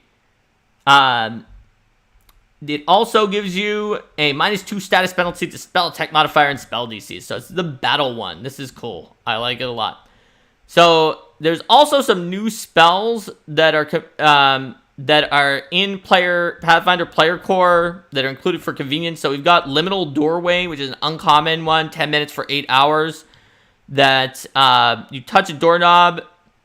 Any creature treating the drawing as an actual door can interact and touch the doorknob and pass through into an extra dimensional space. It's basically looks like it's a rope trick. But obviously being a rope trick is very D&D. Mist is a 3-action that is basically like Obscuring Mist, but now it doesn't have Obscuring. Phantasmagoria is a 9th level spell on any number of creatures that does mental damage, and they can't use reactions on a successful save. On a failed save, they're confused, and on a critical failure, they're confused for quite a while. And interestingly, that means that if they fail their save and then somebody hits them and ends the confusion, they might be able to get their reactions back sooner than if they succeeded at the save. So if this was not already printed, which it probably already is, they might want to put in the failure and critical fail that they can't use reactions until the start of their next turn, like regardless on failure and critical failure, just to make sure that it's always strictly worse to get the lower effect. Like if it's some kind of lesser death and you really want to stop it from using reactions more than anything else. So what else do we have here? Planar Palace. That's going to be the Magnificent Mansion, right? Yes, it is totally the Magnificent Mansion. And it's basically very similar. Veil of Privacy. Alright, that's going to be the Private Sanctum. Yes, it's basically very similar. Alright, so that's the first class. Look at that. We took only, over an hour to get through the first class. Let's see, though. The next one is not a spellcaster, and maybe it will be shorter, or maybe it won't. We've got this iconic Nahoa, a young human man of the Olehala people, one of the 4 great voyaging nations of the Okayo Ocean that spans Tiansha and Arcadia. Born on the rainy side of his island, Nahoa grew up digging canals for his family's taro farm, taking care of his younger sisters and ensuring his village never lost the yearly stone hurling championship. Though he wanted nothing more than an easy life, Nahoa was called to exchange his digging stick for a warrior's spear when a great demon returned, as it had for decades, to prey on his home. He faced the beast high in the sky, and even as his spear pierced it, its talons dug into his flesh. Rather than succumb to the creature's venom, Nahoa claimed its power as his own, becoming a Nephilim in the process. He crashed far from the Okayo, where he would meet a Varki woman and set off on a quest across a distant inner sea. Awesome.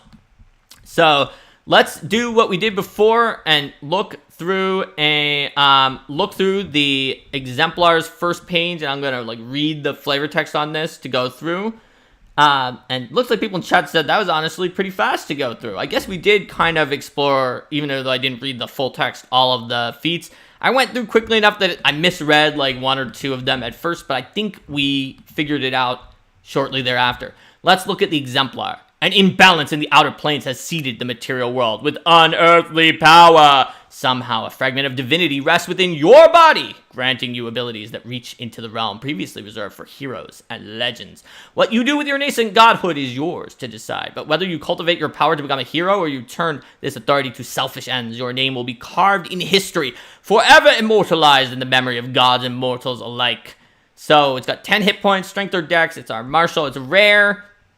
We are trained in perception, expert in fortitude and will, trained in reflex, trained in religion and 2 skills, simple martial weapons, unarmed attacks, light armor, unarmored defense, class DC. During combat encounters, you fight on the vanguard, scattering lesser foes to the winds. You concentrate your divine energy into the right weapon or tool for the moment. When an arrow strikes your skin, it stings no more than a flea. When your spear strikes forward, it can pierce gods. You naturally cut a larger-than-life figure during social encounters. You may use your personal magnetism to inspire others, or you might be a lone and brooding figure who speaks only seldom. Either way, your actions and words hang in the air with weight. While exploring, you feel for the flow of fate, knowing your path will bring you to your next quest. In downtime, inactivity rarely suits an exemplar, so you seek out additional deeds or quests to spread your name. You might search for creatures to slay, compete in athletic contests, or quest for lost artifacts. You might chase glory across the land beyond the sea and over the horizon. Take others under your wing that your legend may live on through them, or feel the weight of immense expectations and obligation.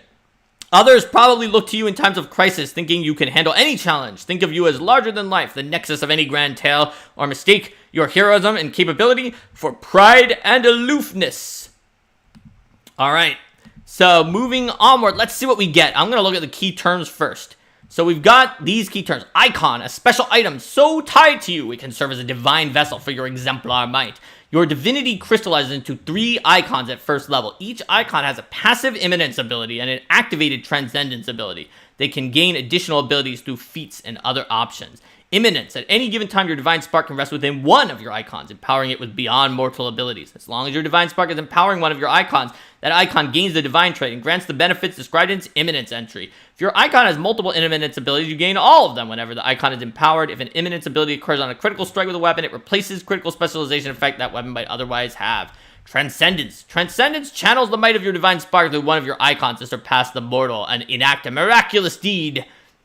To use an icon's Transcendence ability, your Divine Spark must be empowering that icon. Immediately after using a Transcendence ability, your Divine Spark is ejected from that icon, coming to rest in another icon of your choice. You can use only one Transcendence ability each round.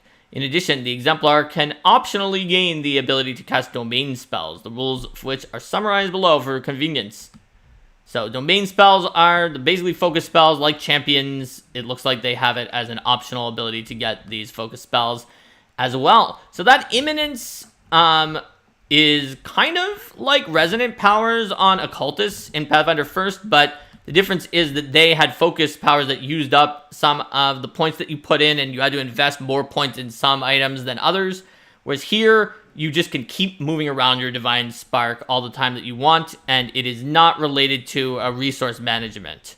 But it's very, very cool. And let's take a look at our table of abilities. So we get all the things everybody gets: Ancestry, initial proficiencies. We get our Divine Spark and icons. Those are kind of what we said that they were before. Body icons that are mark on your flesh that shows you are more than mortal. Worn icons, sacred clothing or raiments, and weapon icons to carve your story onto the world.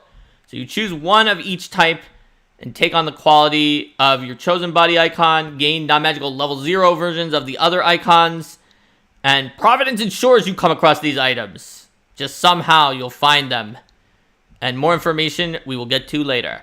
By focusing into your icons, you can empower it to accomplish deeds beyond what a mortal could. As long as your Divine Spark resides in an icon, you gain its Imminence effect. You can call your spark forth by using Shift Imminence. Once per round for one action.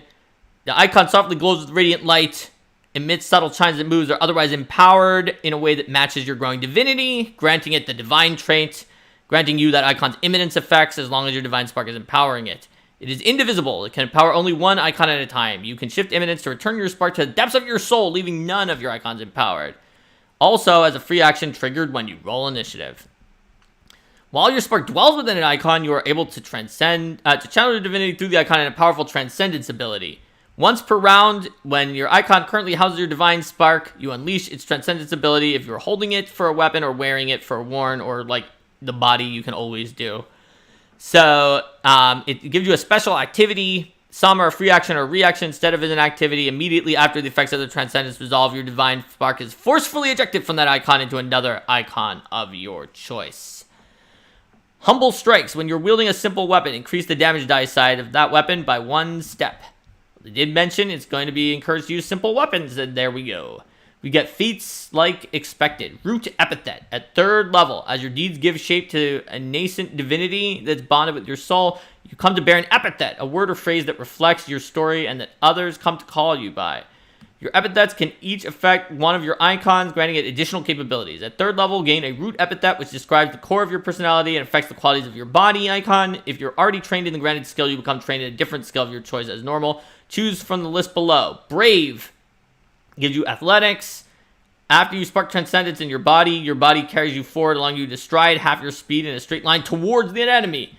Cunning, trained in deception. After you spark Transcendence of your body icon, you can feint as a free action. Mournful, trained in diplomacy. When you spark Transcendence of your body icon, the act has a bittersweet poignancy to it, making one enemy dazzled as tears or memories dance in their eyes till the start of your next turn.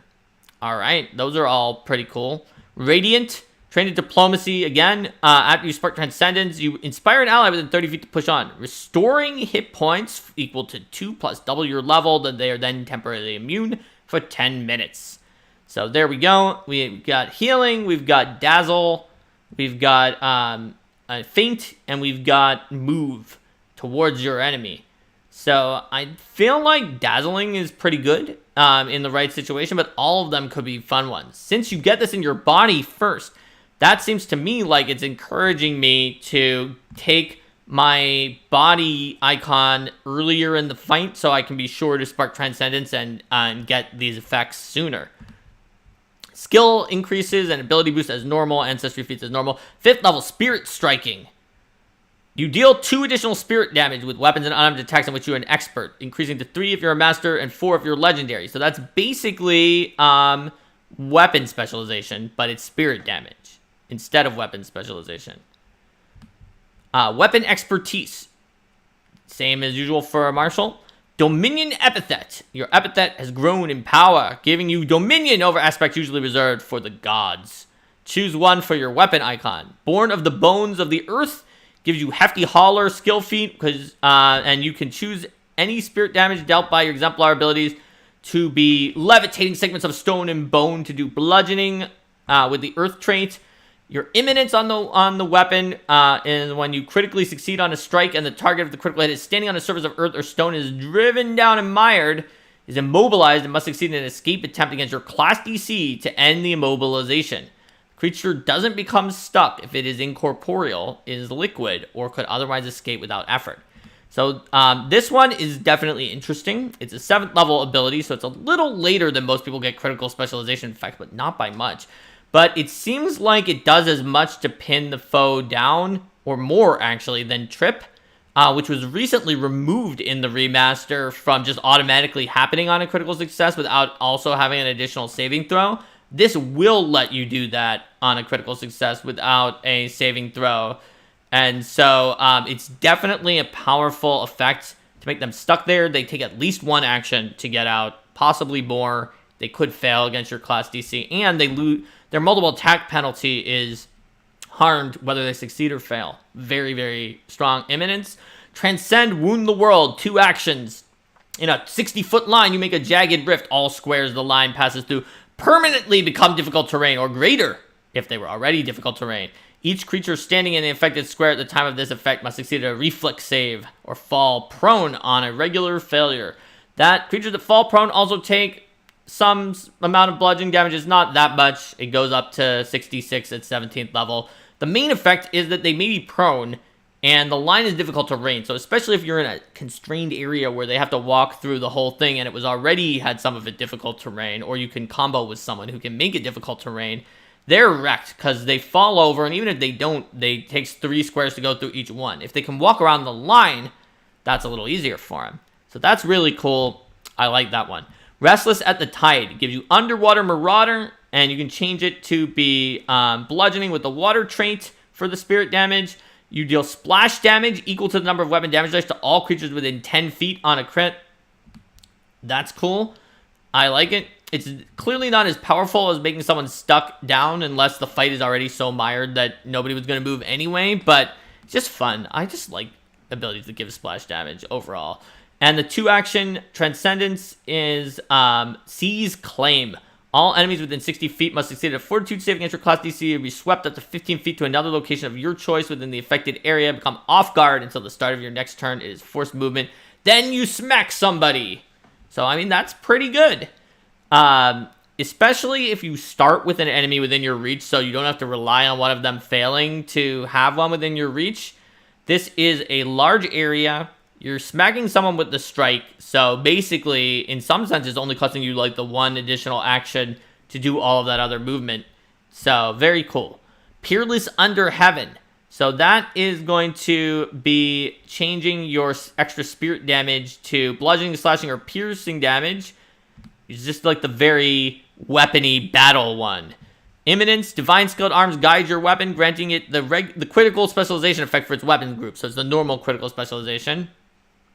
For 1 action, you can reap the field if your previous action was a successful strike and you've not yet rolled damage. Time lags, deciding the fate of many in a moment. You do not roll damage for your strike. You stride up to half your speed, making an attack against a different foe using the same multiple attack penalty. If the second attack is a success, deal damage to both. If it misses, deal damage to neither. So it's a risk-reward benefit. And it's like slow motion, extra reaping field attack. So I love the flavor on this one a lot as well. I think that probably the early one that can immobilize on the crit may be stronger in terms of like pure strength, but there's a lot to say about like the risk reward of reap the field with like a big heavy weapon where you can hit 2 different targets with the same attack modifier. Whose Cry is Thunder? All right, let's see here.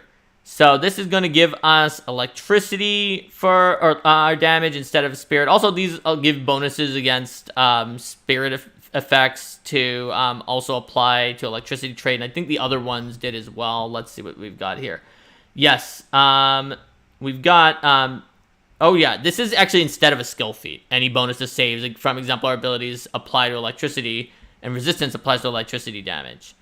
And so when you crit on a strike, lightning strikes a target within 30 feet for 4d6 electricity damage, which increases to 7d6 of your at least 12th level and 10d6 of your at least 17th level. So this, again, for the damaging or like debuffing ones, is a lot stronger than getting the critical specialization effect for its weapon group, because like critical weapon specialization effect for its weapon group might be something like the axe is maybe the most similar, where if there's someone adjacent, they take the base damage from the weapon damage dice, but 10d6 is going to be more than that, and they don't have to be adjacent.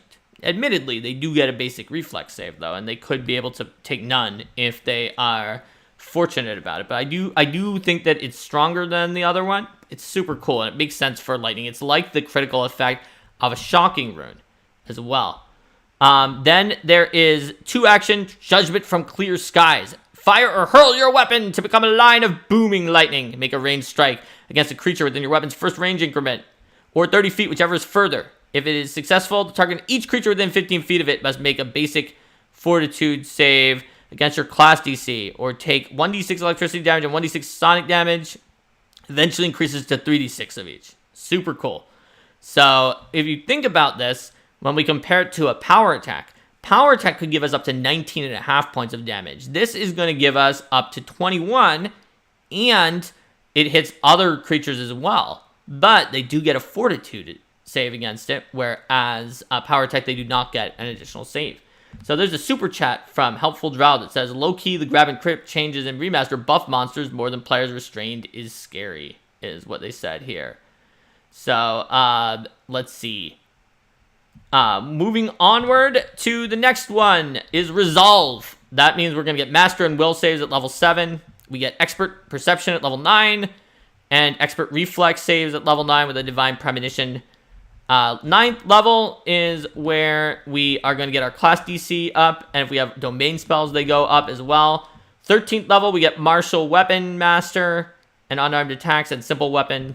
13th level, we get Greater Resolve, so it's the fast resolve, which makes sense because, like, what do you have if you're going up against these demigod demon things? You have the strongest possible will. And Light Armor Expertise at 13th, which is, like, pretty typical for a lot of martials, and is also, I guess, is slower than that one Animist that gets ridiculously fast armor proficiency. You get Greater Spirit Striking, which is basically greater weapon specialization, but with spirit damage that can change based on which of those other aspects that you got. Juggernaut, because we started with Expert Fortitude, so we get Master at 15th. And a Sovereignty Epithet at 15th level, where we have left so many deeds in our wake, it illuminates a legacy for the future. So, Teacher of Heroes gives our worn icon an aura that increases to 30 feet, so I guess they always have an aura. And whenever you fail or deal no damage with a strike against an enemy within your worn icon's aura, you can attempt to recall knowledge and transmit that knowledge to every ally. The first information you gain recall knowledge is always the enemy's immunities or greatest resistance. If they do not have immunities, if the target does not have either, you instead learn their greatest weakness. If they do not have any of those things, you learn their lowest saving throw. And the 2-action completes the hero's journey. This is a very hero's journey class, so it makes sense. You declare an enemy within the area of your worn icon to be a heroic test, as long as it remains within the aura, which is now 30 feet. It deals an additional 10 spirit damage to you with each successful strike or spell it targets you with. Whenever it deals spirit damage to you, each ally can attempt a reactive strike against it, even if they do not normally have that reaction. If an ally within your aura successfully slays the enemy with a reactive strike, they immediately gain temporary hit points equal to their level, which persist 1 minute. So that's really interesting. It encourages you to become like to try to like sort of tank it, except for Not exactly, and especially if you can find a way to get high resistance to spirit damage, you might be able to not take the extra damage. But then all your allies get to smack it, and then they can get temporary hit points. It's very different from the other ones, and I like the potential on that. It could be the case that the enemy will not take the bait of the 10 extra damage, and might choose to attack something else, particularly if you're clearly resisting spirit damage and they get hit all the time by your allies. So, but it's a different way to encourage that by giving them an incentive rather than just like smacking them or giving them a disincentive to doing something else. The last ruler also increases the aura to 30 feet. Whenever an enemy within the aura fails an attack roll against you, you can immediately attempt an intimidation to demoralize them as a free action for their foolish attempt to stand before you. And the 2 action is kneel before greatness. All enemies in the aura must succeed a will save against your class DC or immediately kneel, dropping prone as a free action. Enemies who critically fail also take spirit damage as they're probably pushed down by the weight of your ridiculous, overwhelming presence. And then Thief of Moonlight. You steal the light. The aura goes to 30 feet, so it looks like they all put the aura to 30 feet. I wonder if they'll always do that, in which case maybe saying the aura goes to 30 feet should be like in the sovereignty epithet above, or if there wants to be room for ones that don't put your aura to 30 feet. Whenever an enemy within the aura fails an attack roll against you, you snatch a fragment of the light from their eyes, making them dazzled until the end of your next turn. And then the 2 action, you become invisible for 1 round, then stride, because all that shine belongs to me. Each enemy adjacent to you at any point during this movement must succeed at a fortitude save against your class DC or become blinded for 1 minute. It is incapacitation, of course. If a creature critically fails, they're permanently blinded. For each creature blinded by this effect, the invisibility increases its duration by 1 round as you hide yourself in their stolen light. Okay, so this is obviously very strong because of the fact that a regular failure and they're blinded for 1 full minute. It is, of course, a 15th level ability, but it is definitely against the right foes that don't push up the save because of incapacitation. I think is going to be the strongest of all of these transcendence effects.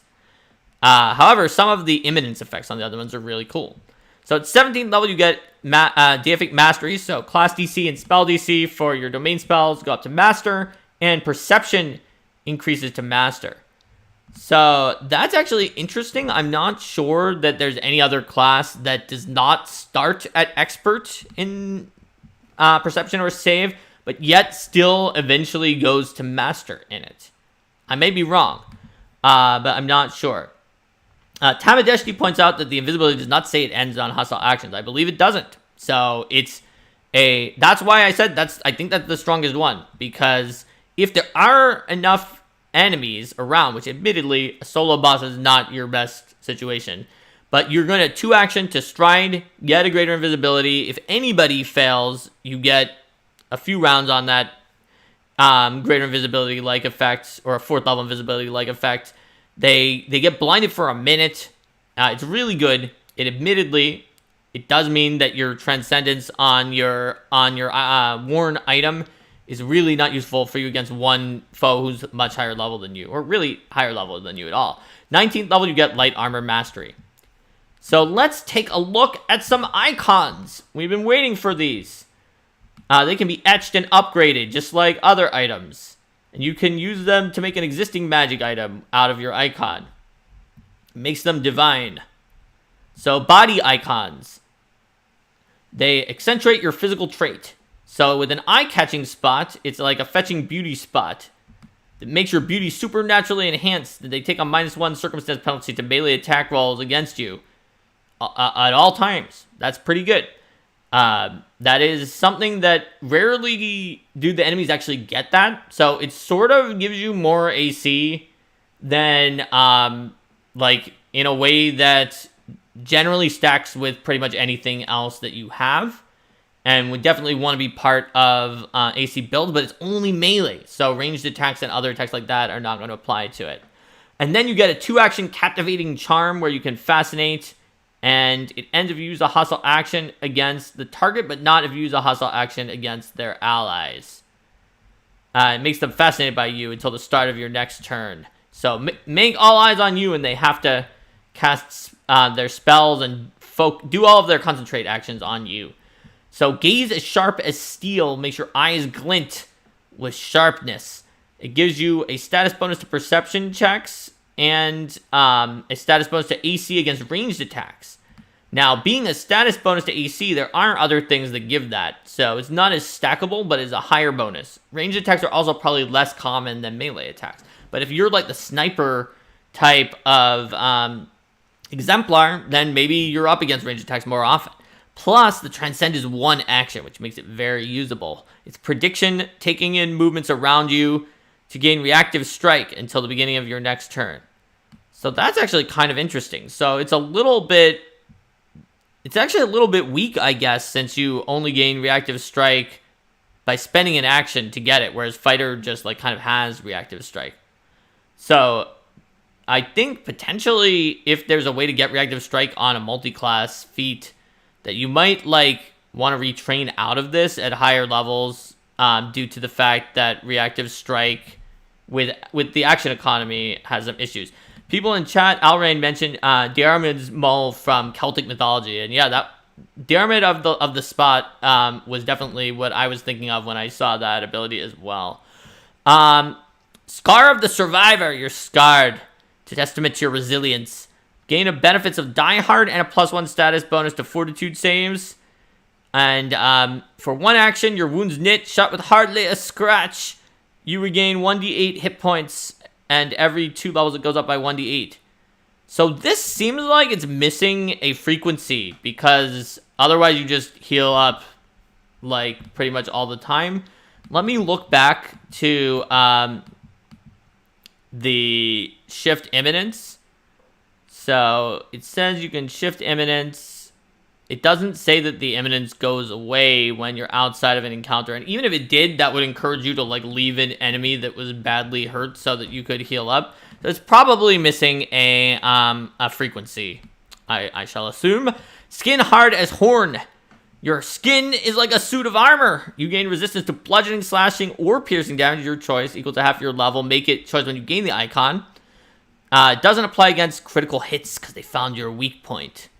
And for one action, crash against me. You become virtually unbreakable. Your resistance increases to be equal to your level. If they fail melee attack roll against you using a weapon dealing the same type as your resistance, or succeed but have the resistance reduced to 0, the weapon clangs wildly off your skin with a painful reverberation, making the attacking enemy off guard and applying a -2 circumstance penalty to attacks with that weapon until the beginning of their next turn. Nice.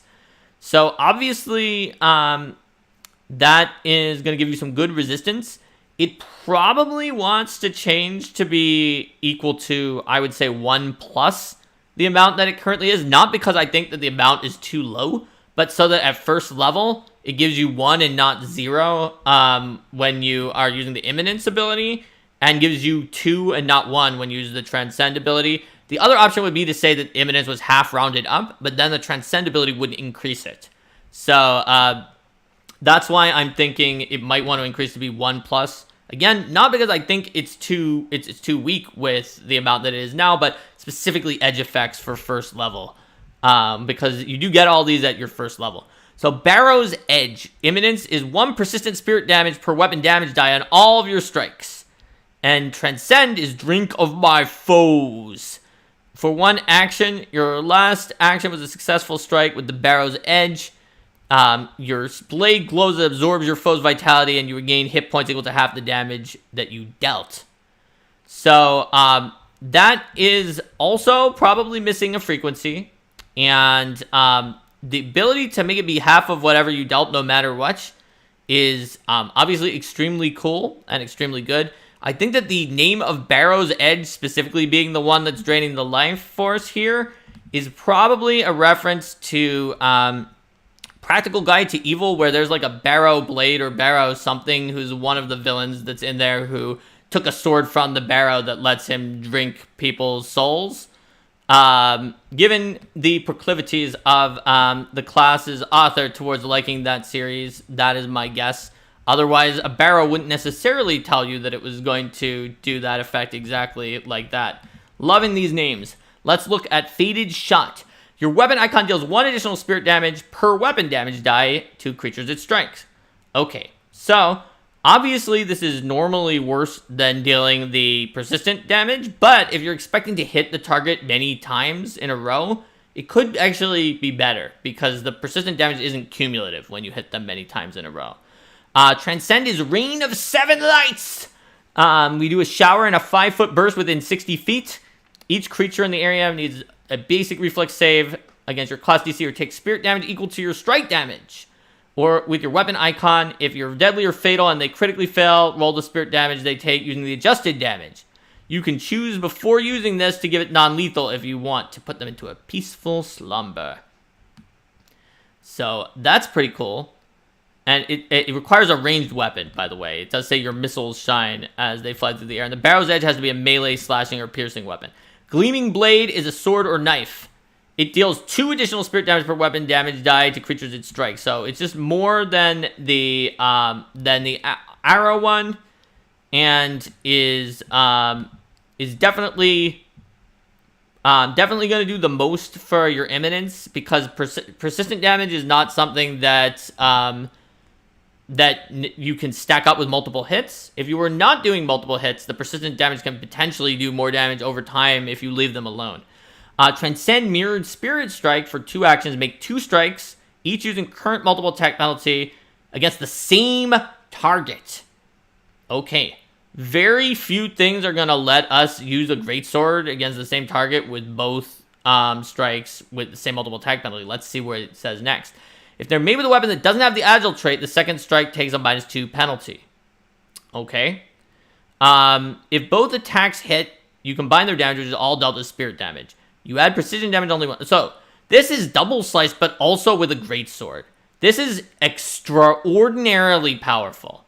This is perhaps the most powerful 2-action you're going to do a strike with doing more damage in the game by a lot.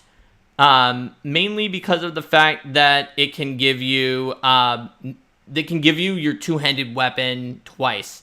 Now, taking that -2 penalty is a little bit rough, admittedly, but it can be worth it. Also, while 2-handed weapons were not originally, Agile replaced the light property in Pathfinder 1st Edition for light weapons, and were never on a 2-handed weapon. I think we saw some Agile 2-handed weapon later on, so you might be able to even use it on an Agile 2-hander. So that's really good. That's and you're adding 2 additional spirit damage per weapon damage die. But when you're thinking about this, also do remember that this is the Exemplar's like damage booster, right? Like barbarians get a damage booster, and rangers get like several different choices for what their booster is. Fighters have more accuracy.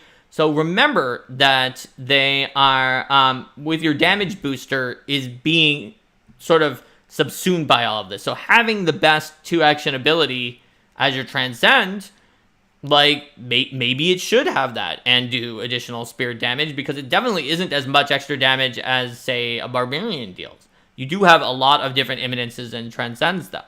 The main question will be whether multi-classers can get this or not. Let's take a look at Noble Branch. Oh yeah, because for multi-classes, the question is like multi-class fighter. Take the -2, it just cancels your +2, and then do it with some big giant weapon. Do lots of big hits. So Noble Branch, any weapon in the Spear or Polearm weapon group, bow staff, fighting stick, or Kakara. I think we saw this in yesterday's preview. 2 additional spirit damage per weapon damage die, like the sword one.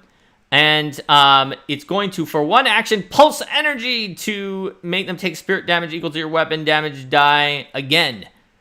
So it's equal to, weapon damage dice. So it redoes the weapon damage dice for 1 action, not any of the additional damage.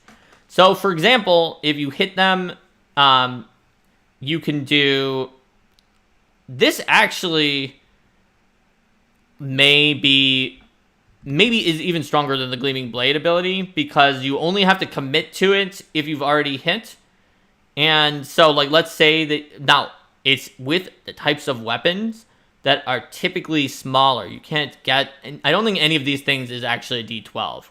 But you could get it on a D10 reach weapon, and let's say you're at high levels, you do your damage and then you spend one action and add 4d10 additional damage from the Strike, Breathe, Rend, because your weapon damage dice on your big polearm is probably 4d10. Plus, since it isn't a second strike, it doesn't add multiple attack penalty to you. And so therefore, you're going to be able to do another strike after that if you want, or some other ability.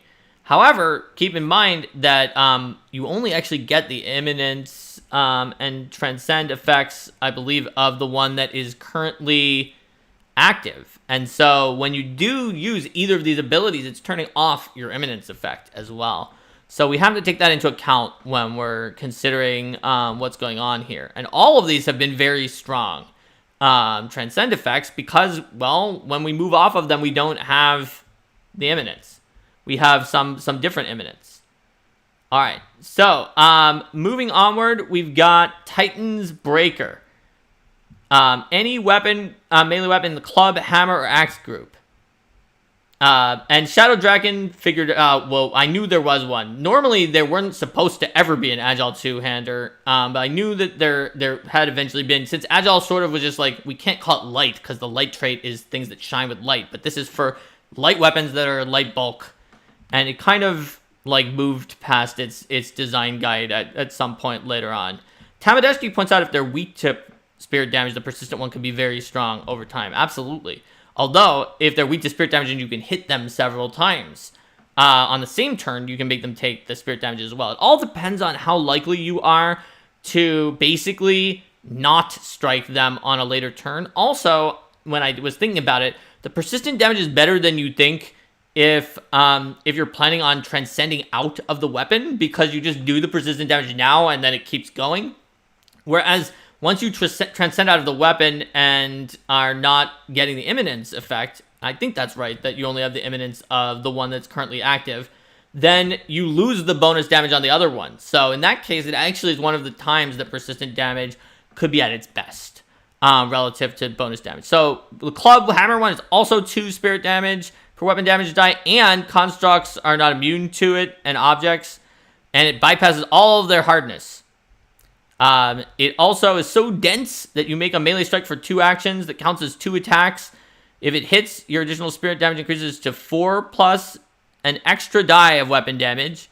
At 10th level, it's 6 plus 2 extra dice. And at 18th level, it's 8 plus 3 extra dice. Okay, so we're just continuing onward. I believe that at first level, this is just, this is basically strictly better than Transcend, Strike, Breathe, Rend for damage. However, it's worse for action economy and multiple attack penalty, because you only have to commit the second action on Strike, Breathe, Rend after you saw that you hit, and it doesn't raise your multiple attack penalty. This one, it should be better because you have to commit them all first, and it does raise your multiple attack penalty. However, it actually is worse at levels 4 through 9, where you were getting 2 weapon damage dice on Strike, Breathe, Rend, and you're getting 4 plus 1 weapon damage die, which is probably not better than 2 weapon damage dice. Then, at level 10, it goes up to being roughly the same, with 6 plus 2 dice. If you're using, like, a big polearm, that's 3, 5.5, so it's like a half a point more. Your hammer might also be a bigger weapon, to be fair, so it may do more of, if you have a maul, it may do a little bit more than that. You're not getting the reach of the polearm in that case. Then at 18th level with 8 plus 3 extra dice, that is going to put you at back to an advantage again, a small advantage. You never get to quite as big of an advantage as you had at level 1, 2, and 3 for damage. However, the advantage of Noble Branch, Strike, Breathe, Rend is the action economy, and not raising your multiple attack penalty is very good there. So there's a sidebar on earning your name where you talk about Brave Nahoa might become Brave Nahoa, born of the bones of the earth, before completing his destiny as Brave Nahoa, born of the bones of the earth, teacher of heroes. If you're a GM and one of your players is playing Exemplar, consider speaking with them to see if there are later epithets so that you can give them particular challenges that can match it. So let's go into our worn ones. So And Tamadeshti says the non-body icons may be stronger because only the body icon triggers the root epithet. At lower levels, that is definitely true, where only the body icons will give you the root epithet. At higher levels, I guess it changes. And so, like, there's a lot of phase shifting in this. It's really cool. Palisade bangles are worn bracers. The aura, it's a 15 feet. They go up to 30 when we get to the final epithet. 15-foot aura, you and allies get +1 circumstance bonus to AC, which goes up to 2 for anyone with a buckler raise or 3 for a shield raise. So it basically combines with shields. And you can spend 1 action to draw an enemy into your reach, moving them directly toward you into a square within your melee reach, unless they succeeded a fortitude save against your class DC, which is not as much movement as that Animist one could do, but the Animist one is a big gamble because you lose the spellcasting actions if you didn't happen to make them fail their fortitude save. So that can pull them, like, also actually a little bit less because the aura is 15 feet away and then 30 feet away, whereas the Animist one is immediately 30 feet, plus the original range of the spell. So Skybearer's Belt is a worn belt. It's 15-foot aura, which allows them to carry 4 more bulk than normal before becoming encumbered, up to a maximum of 8 more bulk. And you, but not your allies, can attempt to disarm, grapple, shove, or trip creatures up to 2 size categories larger than you. And then bear allies' burdens, 2 actions, move with the speed belying your strength to carry your allies as easy as straw dolls. You stride at any point you're adjacent to a willing ally, you pick them up and deposit them into an adjacent square at any point during your movement. If an ally was benefiting from your imminence aura when you began this movement, they do not count against your bulk limits while being carried during the move. I wonder if this allows you to pick up all of your allies or one of your allies, just in terms of the idea of this, because it says if an ally is, but it could mean that you could just keep doing this and drop them at different points, which is very interesting. Either way, even if it's just one ally, the ability to move them to that extent is pretty handy. And if it's all of them, you could do some really, really funny things. And yes, Tamadeshti, when you get the 30-foot aura, then you can do it up to 30 feet away with the Embrace of Destiny. 1,000 League Sandals are shoes. For a 50, you and a 15-foot aura get 10-foot status bonus to your speed. As one action, you stride. Each ally within your aura at the start of your movement can stride as a reaction. So, 1,000 League Sandals is very similar to Skybearer's Belt in what the Transcend ability does. And it is, if your allies are probably going to be in your aura a lot, it's probably better unless they have reactions they want. So you have to figure out what your party is like. They don't have a lot of reactions, might as well let them stride, because your stride is not going to be able to pick them up and drop them in the right place as easily. But if they do need their reactions, then Bear's Burdens can help more. The main thing being that Marathon Dash is fewer actions for you. So Bear's Allies' Burdens would need to be a significant advantage, possibly because your allies don't have major reactions they need, or there's a lot that have like kind of stacked up near you in their aura to start, and you'd like to scatter them out of fireball formation as you transcend out of your aura so that you're not giving an aura anymore. And then Victor's Wreath, you inspire your allies to greater glory. You and all allies within 15 feet gain a +1 status bonus to attack rolls. And transcend, one action. Each ally in your aura immediately makes a new saving throw with a +2 status bonus against an ongoing negative effect or condition they are normally affected by, even if that effect would not normally allow a new saving throw. That one looks like it's missing a frequency or temporary immunity where the condition and effect becomes temporarily immune to 1 moment till glory for 24 hours, like most of the other reroll abilities, so that you don't just keep doing it every round until ongoing effects that are after the combat are gone. But I think a lot of these just didn't get the boilerplate of their frequency and probably will in the final. So let's move on to our feats. We've got a lot of first level feats. Sanctified Soul gives you Holy or Unholy. Your spirit damage can also let you do Holy or Unholy to better affect chosen enemies. So obviously, we don't know exactly what the Holy or Unholy does, but we know it does more to certain creatures. This probably have a weakness to it. So that's going to be very handy in the right campaign. Twin Stars, 1 action with a one-handed weapon icon to split it into 2 halves of itself. And they gain the twin trait. As they're both manifestations of the same object, your Divine Spark empowers the 2 halves as if they were a single icon. So that's pretty cool. You can use it to fuse them back into their original form. So basically, it's a small damage boost that you can just take if you're using 2-weapon fighting with your icons, which you don't have a good way to take advantage of without like 2-weapon warrior or something yet, although we'll see if you do later on. Vow of Mortal Defiance is 1 action when you're not sanctified with Holy or Unholy, where you're just like good and evil, cause problems, let's cut them all down. So for 1 action, you make a vow to defeat a Holy or Unholy thing within 60 feet. And the first time you deal damage to them each round, you deal extra spirit damage. And you cannot use it again until you defeat them. And you can never become sanctified, because you're just like, you know what, this good and evil thing is just an issue. Hero of Mithra says they all have a frequency of once per round. It means most of them can be done at most once every other round. I don't believe that... I believe your first thing is absolutely correct, but I don't believe that your second is correct. Outside of combat, you should be able to spark the Transcendence, then on the next turn, shift your spark back into the one that you did before, and then spark it again, if it was something that you needed to spam outside of combat without regard to caring about what your other actions on that turn would be. You were absolutely correct that they're once per round, which is why I said once per round instead of 3 times per round. All right, so second level, claim initiate domain. This is going to give us our domain. We knew that was coming, and there it is. We can take it more times. Leap the Falls. I'm guessing it's second level based on how many second level feats there are, even though it says feat 1. Listen, I do this literally all the time. Ask any of the playtesters on the Eldamon Trainer Elemental Avatar, but I constantly... The number on the feat is never right. Where it is always the correct thing for feat level. And especially given how many there are, is 3 of each. This is clearly second level feat.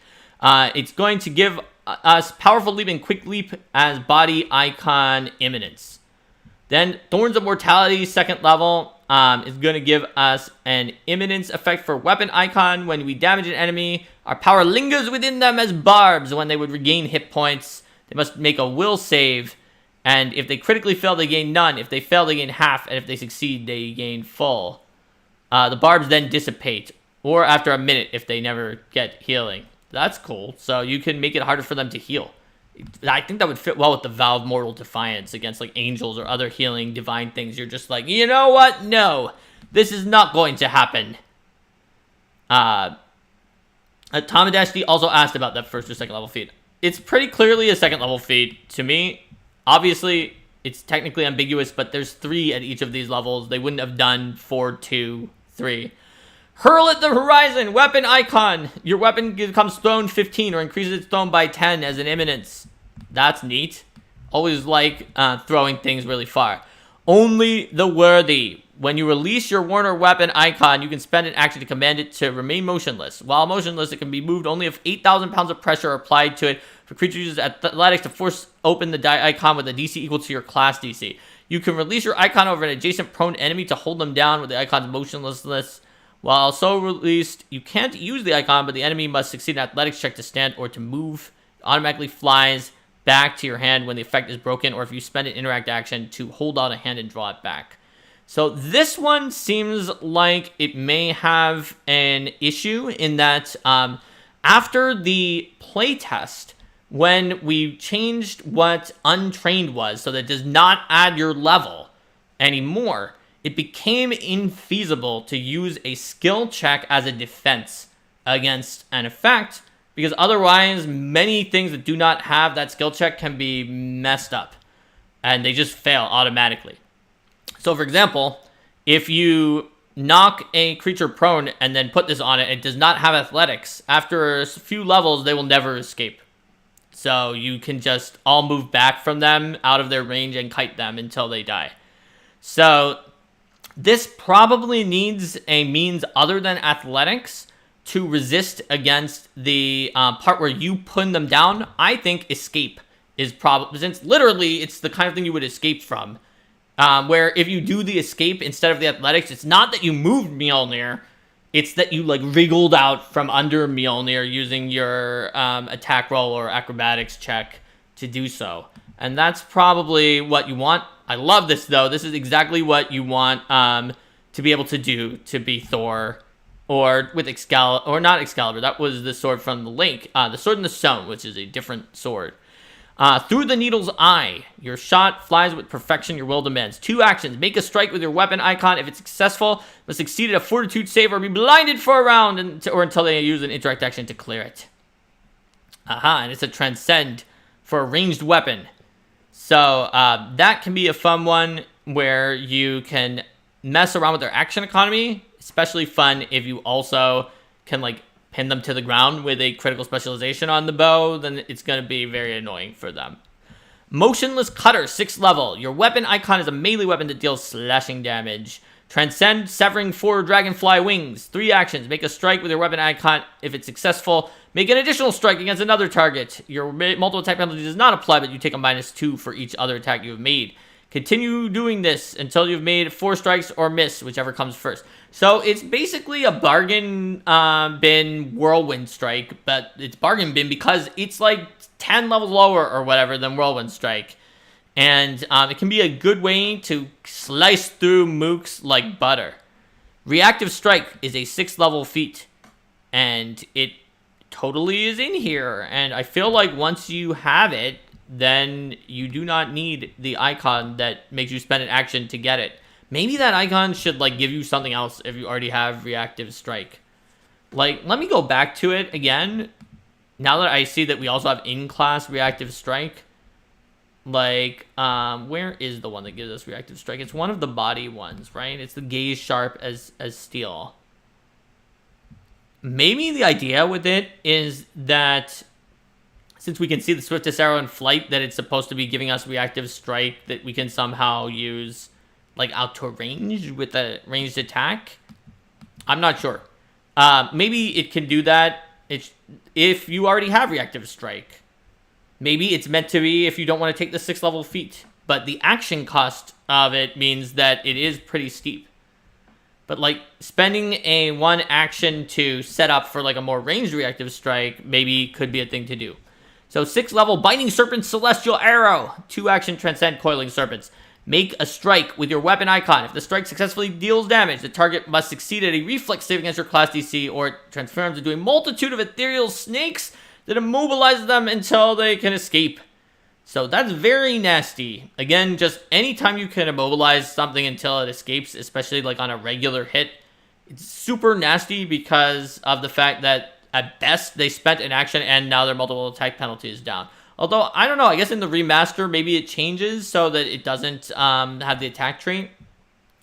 But even so, that's a very strong effect. Obviously, you are spending an extra action to do it, but it is more than worth it for kiting potential here with your thrown or ranged icon. Then 8th level additional icon, which gives you a 4th icon, which can be of any type. So that's pretty cool, especially since what comes to mind is once you get a 4th weapon icon. So, if you had a 4th weapon icon, though, you would have to actually wield a different weapon. That could be a little bit troubling, because I was thinking you could keep the damage bonus and just cycle between those, but you're not going to be able to switch the weapons that easily. Maybe it would be better for one of the other 2 types for that reason. So Claim Advanced Domain that's our advanced domain. Exactly what we expect. Dominion Signifier gives us an embellishment based on our dominion. So if we're born of bones and earth, then we can do we can expand what we substitute spirit damage for. We can get fire damage. Restless Tides can do acid. Peerless Under Heaven can do void. And Cry is Thunder can do sonic. Very nice. Getting a second optional damage type. More that you can pick, the better you can deal with weaknesses and resistances too. Other people in chat said maybe it should give you an additional reaction that can only be used for Reactive Strike, and you gain Reactive Strike if you don't have it. So let's see. 10th level, Fish from the Fall's Edge reaction. When a living creature within 30 feet would die once per day, You let out a cry, sending your divine spark to them, temporarily preventing them from dying, giving them some hit points, and they get a bonus on saving throws and AC. Your divine spark remains within the ally, so you can't use your icon's imminence until the start of your next turn when it returns to an icon of your choice. There you go. So it's basically like a little bit like Breath of Life. Very, very cool ability and fits the thematically with the class a lot. There's a 10th level feat that just flat out gives you a fly speed. So this is interesting. So the Journey of the Sky Chariot is more similar to the Kineticist in that it gives you a fly speed at a lower level than usual. That is always on and less similar to the Animist in that regard. However, it's only on if your imminence is going to be your icon. Wait, which icon? It says Warn icon. Your Warn icon would have to be on. So if you get into a scrape, your Warn icon would be the one that's on, which is not necessarily a bad thing. Although at this particular level, you don't have the expansion for the Warn icon just yet. So mated birds in pair flight with 2 weapon icons and both icons having the throne trait. Now, I wonder if that applies if you have 1 weapon icon that's split in half. Probably not. This is probably for if you actually did take a second weapon icon with feat 8 to get another icon. As long as you hold 1 icon, the other will return to find its partner. Both icons gain the effect of the returning rune. Transcend, rejoin in flight. Throw your weapon icons to either side of a creature and they seek each other out, converging on the target. Make 2 thrown strikes against the target within the first range increment of your weapon icon. Each at your current multiple attack penalty is flanked for both of the attacks, and if they both hit, it takes an additional die of weapon damage, and then they return to your hand. Very nice. That is cool. It clearly requires you to spend the 8th level feat to get that other weapon icon, but it's definitely worth it if you want to use the weapons, because that's a cool ability. Compliant Gold. You make your weapon shrink or grow, so Sun Wukong style. Your icon just flat out gains the reach trait, or increases its reach by an additional 10 feet instead of 5 feet if it already had reach. So just gaining extra reach as a 12th level feat, very good. Topple the Pillar of Heaven. You deal 6d8 damage to all creatures in a 60-foot line with a basic reflex save that matches your weapon and increases by 1d8 every 2 levels. So you know what? That's not that exciting to me as a Transcend compared to some of the other ones, but the Imminence is so good. Granted, remember, you have that. That's actually in addition to the weapon Imminence, so you could just keep up your weapon's Imminence and use it with Compliant Gold, potentially, if you want. But then, you're not getting all the other cool Transcend effects. But you also don't have to use Topple the Pillar of Heaven, since your weapon already has another Transcend effect if you want, so you use it only when that line is, the thing to do. Alright, next after that is Extract Vow of Nonviolence. 2 actions. Diplomacy to request or intimidation to demoralize against 1 weapon within 60 feet.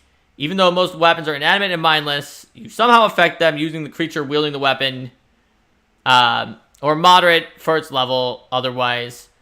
In critical success, the object swears not to hurt you and you gain resistance to all damage dealt by that specific weapon for 10 minutes. As the weapon attempts to mitigate harm to you equal to half your level. Regular success, it only lasts for 1 minute, which honestly is fine. 10 minutes is not, it doesn't matter. Once it's 1 minute, you're going to be fine. You can also choose Cold Iron, Darkwood, Dawn Silver, or Silver, and you are forever unable to extract the Vow of Nonviolence on that material because you underestimate it. Kind of like mistletoe is the one thing that Frigga couldn't convince not to be able to kill Baldur, and so then it did. So these are very mythical themes to all of these abilities. Captain Dan Gaming says it's still a fair amount of damage in AoE. Oh, it totally is, Captain Dan Gaming. I'm not saying that it's not a fair amount of damage in an AoE. It is, and you can use it a lot of the time because it's just switching around between your different icons. It simply, in fact, if you actually have 2 weapon icons, you can 2-weapon fight. I think they both gain the reach trait, I guess, since it applies to, but whichever one is active has the reach trait, and you can just keep switching back and forth and do it every turn. I'm just saying some of the other ones were really powerful, and this one it gives you some flexibility, and it doesn't replace the other one, so why not, right? Plus the Imminence is really, really good. Warp by Rage for 12th level. you gain the effects of a 4th level enlarge imminence from your body icon. 4th rank, which makes you huge, by the way, while the body is active. That would mean that the weapon isn't. And then you spend Spasm of the Berserker, so it's like Warp Spasm from the Riastrad of Cahulin. For 1 action, morph, your body warps, you remain under the effects of the enlarge from the imminence, and also gain 6th rank Moon Frenzy until the end of your next turn, except you can't attempt to end the effect early. So you just go into a Moon Frenzy. That's pretty cool. 14th level, Destined Victory. Whenever an enemy successfully strikes you, while your Warn icon is the one that's active with a melee weapon, you gain a +2 status bonus to AC against the next attack from that enemy before the start of your next turn. So that seems like it would work well with... I feel like there was something that also gave them a penalty until the start of their next turn, and it would just really hurt them when they're making multiple attacks against you, which is a really cool combo. Maybe it's not something that combos, because it could be that it's on a different type of icon. I'm not going to go back to check. Only you and I, 1 action. Choose an enemy within your reach to draw them into a fated conflict. Until the end of your next turn, they gain a +2 circumstance bonus to attack rolls that make against you, but must attempt a will save whenever it tries to move away from you, strike a target other than you, or cast a spell that doesn't include you as a target. On a failure, the target loses the action or actions related to the failed attempt. Whenever the enemy misses you with a strike while the effect is active, you heal 1d8 plus 5 hit points. So this one probably seems like it may need some kind of precaution towards the fact that it's active when you're like actually trying to engage that fated foe. So I can see a situation where you just like kind of get foe away from them, and they can't actually get to you because you did something weird or like went on to another plane, and then they can't do anything. So the flavor of it is it's a fated conflict, and we're gonna fight each other until someone wins. I've seen other similar abilities that have some effect that's like based on you being within a certain distance or within a reach, or you keep making attacks against them each turn. You have to make a strike against them or something like that. So someone in chat said this class does Conan better than the Barbarian. You're right. It totally does. This is just awesome. Everything here is just like full of flavor. Infinite Blade Celestial Arrow, ranged or thrown. Whenever you strike an enemy with your weapon icon, up to 2 enemies adjacent to the target take spirit damage equal to the weapon icon's damage die as they are struck by duplicated missiles. So this says damage die instead of damage dice. So I assume that means 1 damage die instead of doing like all of that damage to them, which, because that would be a lot of damage to add to the adjacent enemies. It's still pretty good. Especially if you've given your icon thrown due to the other feat and it's like a greatsword. It doesn't even say you have to make a ranged strike against them, so you could just flat out go into melee and just keep hitting the adjacent creatures for another d12 if it's a greatsword or something like that. Transcend Heaven's Reigns and Ending. Fire an arrow that multiplies into a dense cloud of weapons. Make a ranged strike against each enemy you're aware of within your weapon's first range increment. Each attack counts towards your multiple attack penalty, but do not increase your penalty until you've made all your attacks. It's all spirit damage. Awesome. That is so many, even compared to other things like Inventor and Thaumaturge can like make the weapon go around and hit things that are near you. If you actually use this with a bow, this is so many creatures because your first range increment could be a lot. That's really cool. 7 Colored Cosmic Bridge. Imminence for your weapon. Your weapon scatters rainbow-colored light. When you successfully strike an enemy, you can teleport to an unoccupied location within 10 feet as a free action. So, very fun for smacking them and then sort of kiting away 10 feet so that they are going to have to come after you. Obviously, though, if you planned on hitting them multiple times in melee, you would have to gamble over whether you hit them with the last attempted one or not, on whether or not to choose the teleport. And Fleeting Arc Through Heaven and Earth, 3 actions. Swing your weapon in a wide arc, releasing a rainbow that deals 8d6 spirit damage and 8d6 damage of the same type of the weapon to all enemies in a 60-foot cone. You can use it as a bridge to teleport to any location within the effects area. So this is just like... This is so much more damage than the Toppled Pillars of Heaven, I think. Because Toppled Pillars of Heaven is 6d8 and then 7d8 at 14th and 8d8 at 16th, which is going to be 36. Whereas this one is going to deal, this is going to do 56. So, and it's a 60-foot cone, and it's going to teleport us. So, this is a vastly more powerful, like, it's not double, but it's vastly, vastly more powerful. I mean, it is higher level.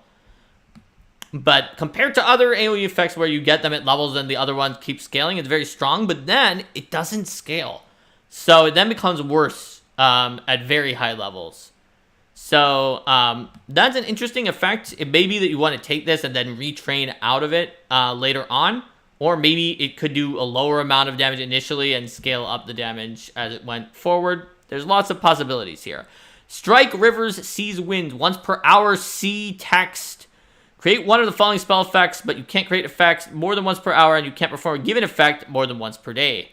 And then it has a list of possible effects that are cool and that are going to work out once per hour. So this is more curated and therefore does not kind of give a landmine for future stuff, like the ability to once per hour cast any spell from your, what do you call them again? Apparitions on Animist, which does mean that if someone later designs an apparition that had like a all day long spell, it would cause issues. Here we specifically curate the spells. All of them are ones that make sense that you could do once per hour. You can do some nice related stuff, and they can't be dispelled or countered because it is your godly might rather than casting a spell. Presumably, though, I mean, it can still be counteracted by something that counteracts any effect of, like, if you have something that's like, it counteracts any water effect, it probably would, but it wouldn't counterspell or dispel it because it's not a magic spell. And then, at 18th level, Eternity Incinerating Blaze. Your weapon burns away the target's in future. On a critical hit, they become doomed 1 or increase their doom condition by 1. Their dying value maximum is reduced to 0 by this ability. They immediately die. So basically, it doesn't really do almost anything until you hit them the 4th time, and then you instantly win on the 4th hit. And then their body is 4th crit, of course. Their body is reduced to ash. Then 2 actions, burn out of time. Strike 1 creature, dealing 3d8 spirit and 3d8 void damage. So that is about 27 additional damage compared to the ones that we had up above.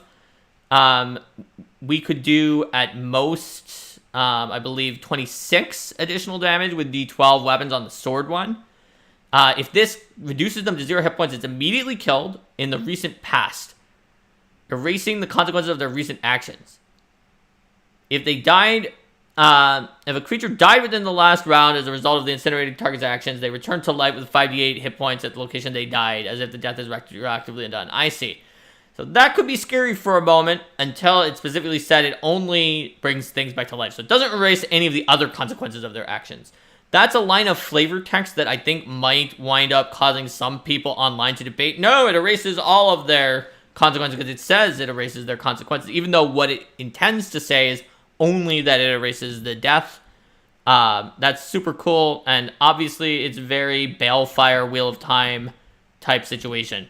Sunwrecker.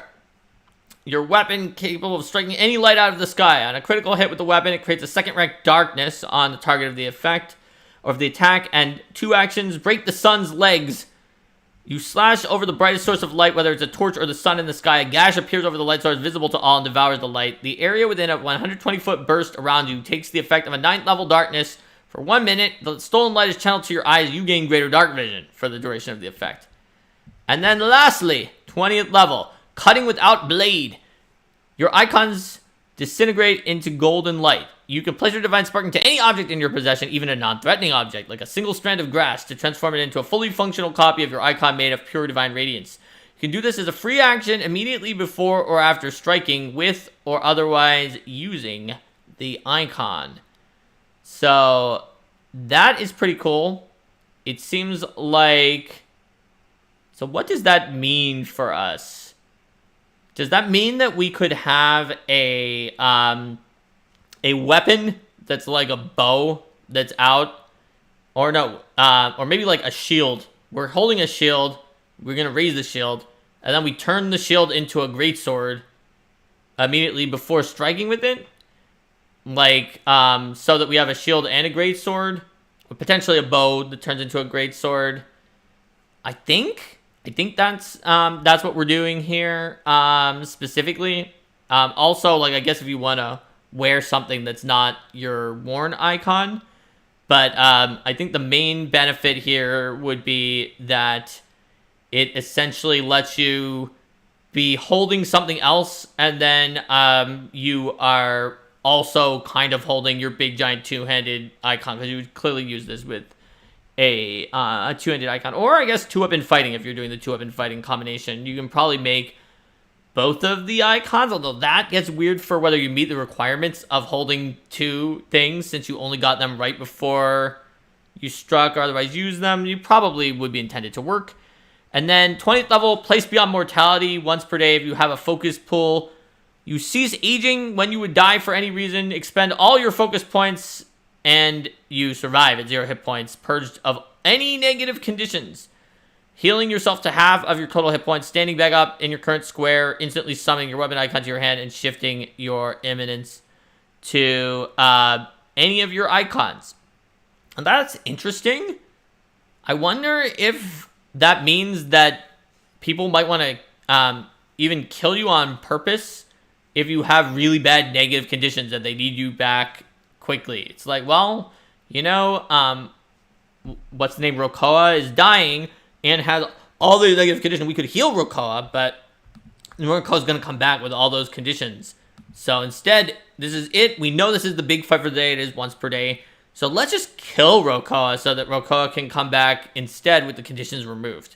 Which is it's a little weird of a thing to do, but it is a really cool idea of resurging back and just be like, I'm here. And it would be really annoying if you spent all your focus points and then it's like, well, but sorry, you still have this other condition, so it didn't help you. So, very awesome. Like, every single one of those was high octane and brought it in terms of the flavor. Very useful effects. We can see why this is a rare class for sure. So, Shadow Dragon says, Exemplar and Animist 20th level immunity to death breaks PFS. Good thing PFS almost never reaches 20th level. Well, I mean, I would say that the Exemplar ability does not break PFS. Because I think just at 20th level, once per day, just not dying is completely something that you could have at 20th level. There's other high level abilities that are equally good, in my opinion. The Animist ability, in particular, would probably break PFS due to the fact that it sends you away and they can't get you back for the rest of the PFS scenario. And since it sends you away to safety, you're definitely not going to die. And in each scenario is always a week later. So there's like you literally cannot die and also might not be able to participate. And at level 20, if you could even play PFS at level 20, which there are no scenarios at level 20, to be clear. At level 20, your party members probably could have brought you back to life otherwise, somehow, or like used Breath of Life or some other effect to bring you back, but they didn't do it, and so you're just not there, and they probably can't get to you. So I think it's not an issue at all, and they don't have those scenarios, and it's level 20. No big deal. I think that the ability of coming back to life from a place beyond mortality of the Exemplar is very fitting for level 20. I don't think it's beyond what we've seen from level 20 abilities. And the one from Animist may be more protective, but it's very disruptive to you and your team to have to leave and go to the settlement, unless it's literally the same one that you're in, and it's only once per week, which is even less likely than this one. It's not even that the Animist one is stronger that makes it more disruptive. It's the fact that in some ways it's worse for your team, but also is more sure that you're not going to get killed again. Whereas Place Beyond Mortality, you use that, you come back to half your total hit points, which is a lot of hit points that comes back, but then you could be killed again before you get to go. So, that one would also be one where, like, I wonder what the exact wording on Desperate Prayer is. Obviously, champion is probably going to change a lot in the remaster. But using Desperate Prayer to go from 0 to 1 focus point would be handy if you didn't have any. Otherwise, you would probably want to sit on 1 focus point until after you use the Place Beyond Mortality. So yeah, these are both super fun. They should be great playtests. I think people are going to have a lot of fun playing them. I saw a lot of people on Discord who said that they want to play an Animist or Exemplar Nymph in honor of the fact that Battle Zoo Ancestry's Nymphs just flat out, they always come out on the 1st of the month. So they're out on the same day. So they're release buddies or, release siblings. So since they both came out on the same day, they can play a Nymph Animist who's in tune with the spirits of nature, or they could play a Nymph Exemplar. Someone had an idea where it was they seized the divine spark that was of their powerful divine level tree went into them, I think, or something like that, and that's how they lost their bond to the tree, but it became within them and they could travel around the world, which fits with the Nymph Wanderer ancestry and completely matches with this. Helpful Drow says Battle Zoo Ancestry She would be a good match for Exemplar. It totally would, because the story aspect of She, they already feel like they're in a narrative, and all of these epithets and narratives, it's 100%. I feel like Battle Zoo Ancestry She, since they have those narrative abilities and plot armor and things like that, would synergize both mechanically and also sort of in a sense of the theme. That they would be yes, I'm the main character. I do have all of these things. Thank you very much. And Shadow Dragon says, tons of people were complaining Animist would just be another PF1 shaman. Conceptually, they're not the same thing. Nice to see the classes being so different. Absolutely. Listen, Shadow Dragon. People are always going to be this is going to be exactly the same as this other thing when they see a class. But the truth is that classes are different, and they're not ever just one other thing. The Animist has shades of medium and binder and shaman and multiple other things that are in it. It's something new. It's something different. Similarly, in the same vein, the Elemental Avatar class that I'm working on right now, I know some people are doesn't this sound similar to the Kineticist? But it's not. It's actually, thematically, in some ways, very similar to the Animist, because it's got this being that's inside of them. So it's kind of like the Sage Animist when they're being possessed. But it also has elemental abilities. So it's you could think of it as an elementalist, wizard, or sorcerer meets a Kineticist, meets an Animist, which, 2 of the classes weren't even out yet when we were starting writing it, meets several other possible classes that exist. Every class could be compared to other classes and shown as a combination of 2 or 3 other ones, but they're never going to be just some other class. It's like how Thaumaturge is its own thing. It's not just a cultist brought into Pathfinder 2. Even some of the classes with the same name aren't the same thing. Swashbuckler in Pathfinder 2 is called Swashbuckler, but guess what? It is not Swashbuckler from Pathfinder 1. And Helpful Drow, who's in the playtest for Elemental Avatar, says if Elemental Avatar is Kineticist, then Fighter is equal to Swashbuckler, because it is not. Then absolutely. Absolutely. And I think Swashbuckler PF1 and Swashbuckler PF2 are dramatically different classes that don't bear very much similarity in any way. So the main point is that these classes are fresh, they're new, they have cool abilities, they might give us a peek towards things that we might see on other classes in the remaster. We're not sure yet until we see more things later on. Maybe it was just things that are a little bit different than the typical design expectations that we might have seen before, or that are just mixing things up. So if you have any other thoughts on either of these 2 classes in the chat, act now or forever hold your chat, because we have finished reading it. I'm also going to put up another link if you want to hear about Year of Legends, which is a bunch of new ancestries that we're putting out for 2024. That can help you get an alert. It's got some fun ones. Angels are in there. There's Evil Eyes, and which are kind of beholderish, but not exactly the same. Giants. I could easily see a giant exemplar, for example, and others. So, thanks for joining me here. It looks like I'm not seeing a lot of other chats with more things on the topic of these two classes. We made it through. We made it through these classes, and we did it in under 3 hours. So that's pretty good, especially since it was pretty comprehensive. We paged through, I think, unless like my thing that was paging through got broken. No, we paged through, so you can read along with me as we were doing it. And so hopefully you enjoyed, hopefully you learned a lot, and hopefully you enjoyed this awesome playtest and these two new cool, great classes by Mike Sayer and James Case. All right, take care, everybody. I am going to attempt to stop this now, although I know that I think I have to stop it in both YouTube and in OBS. See you later!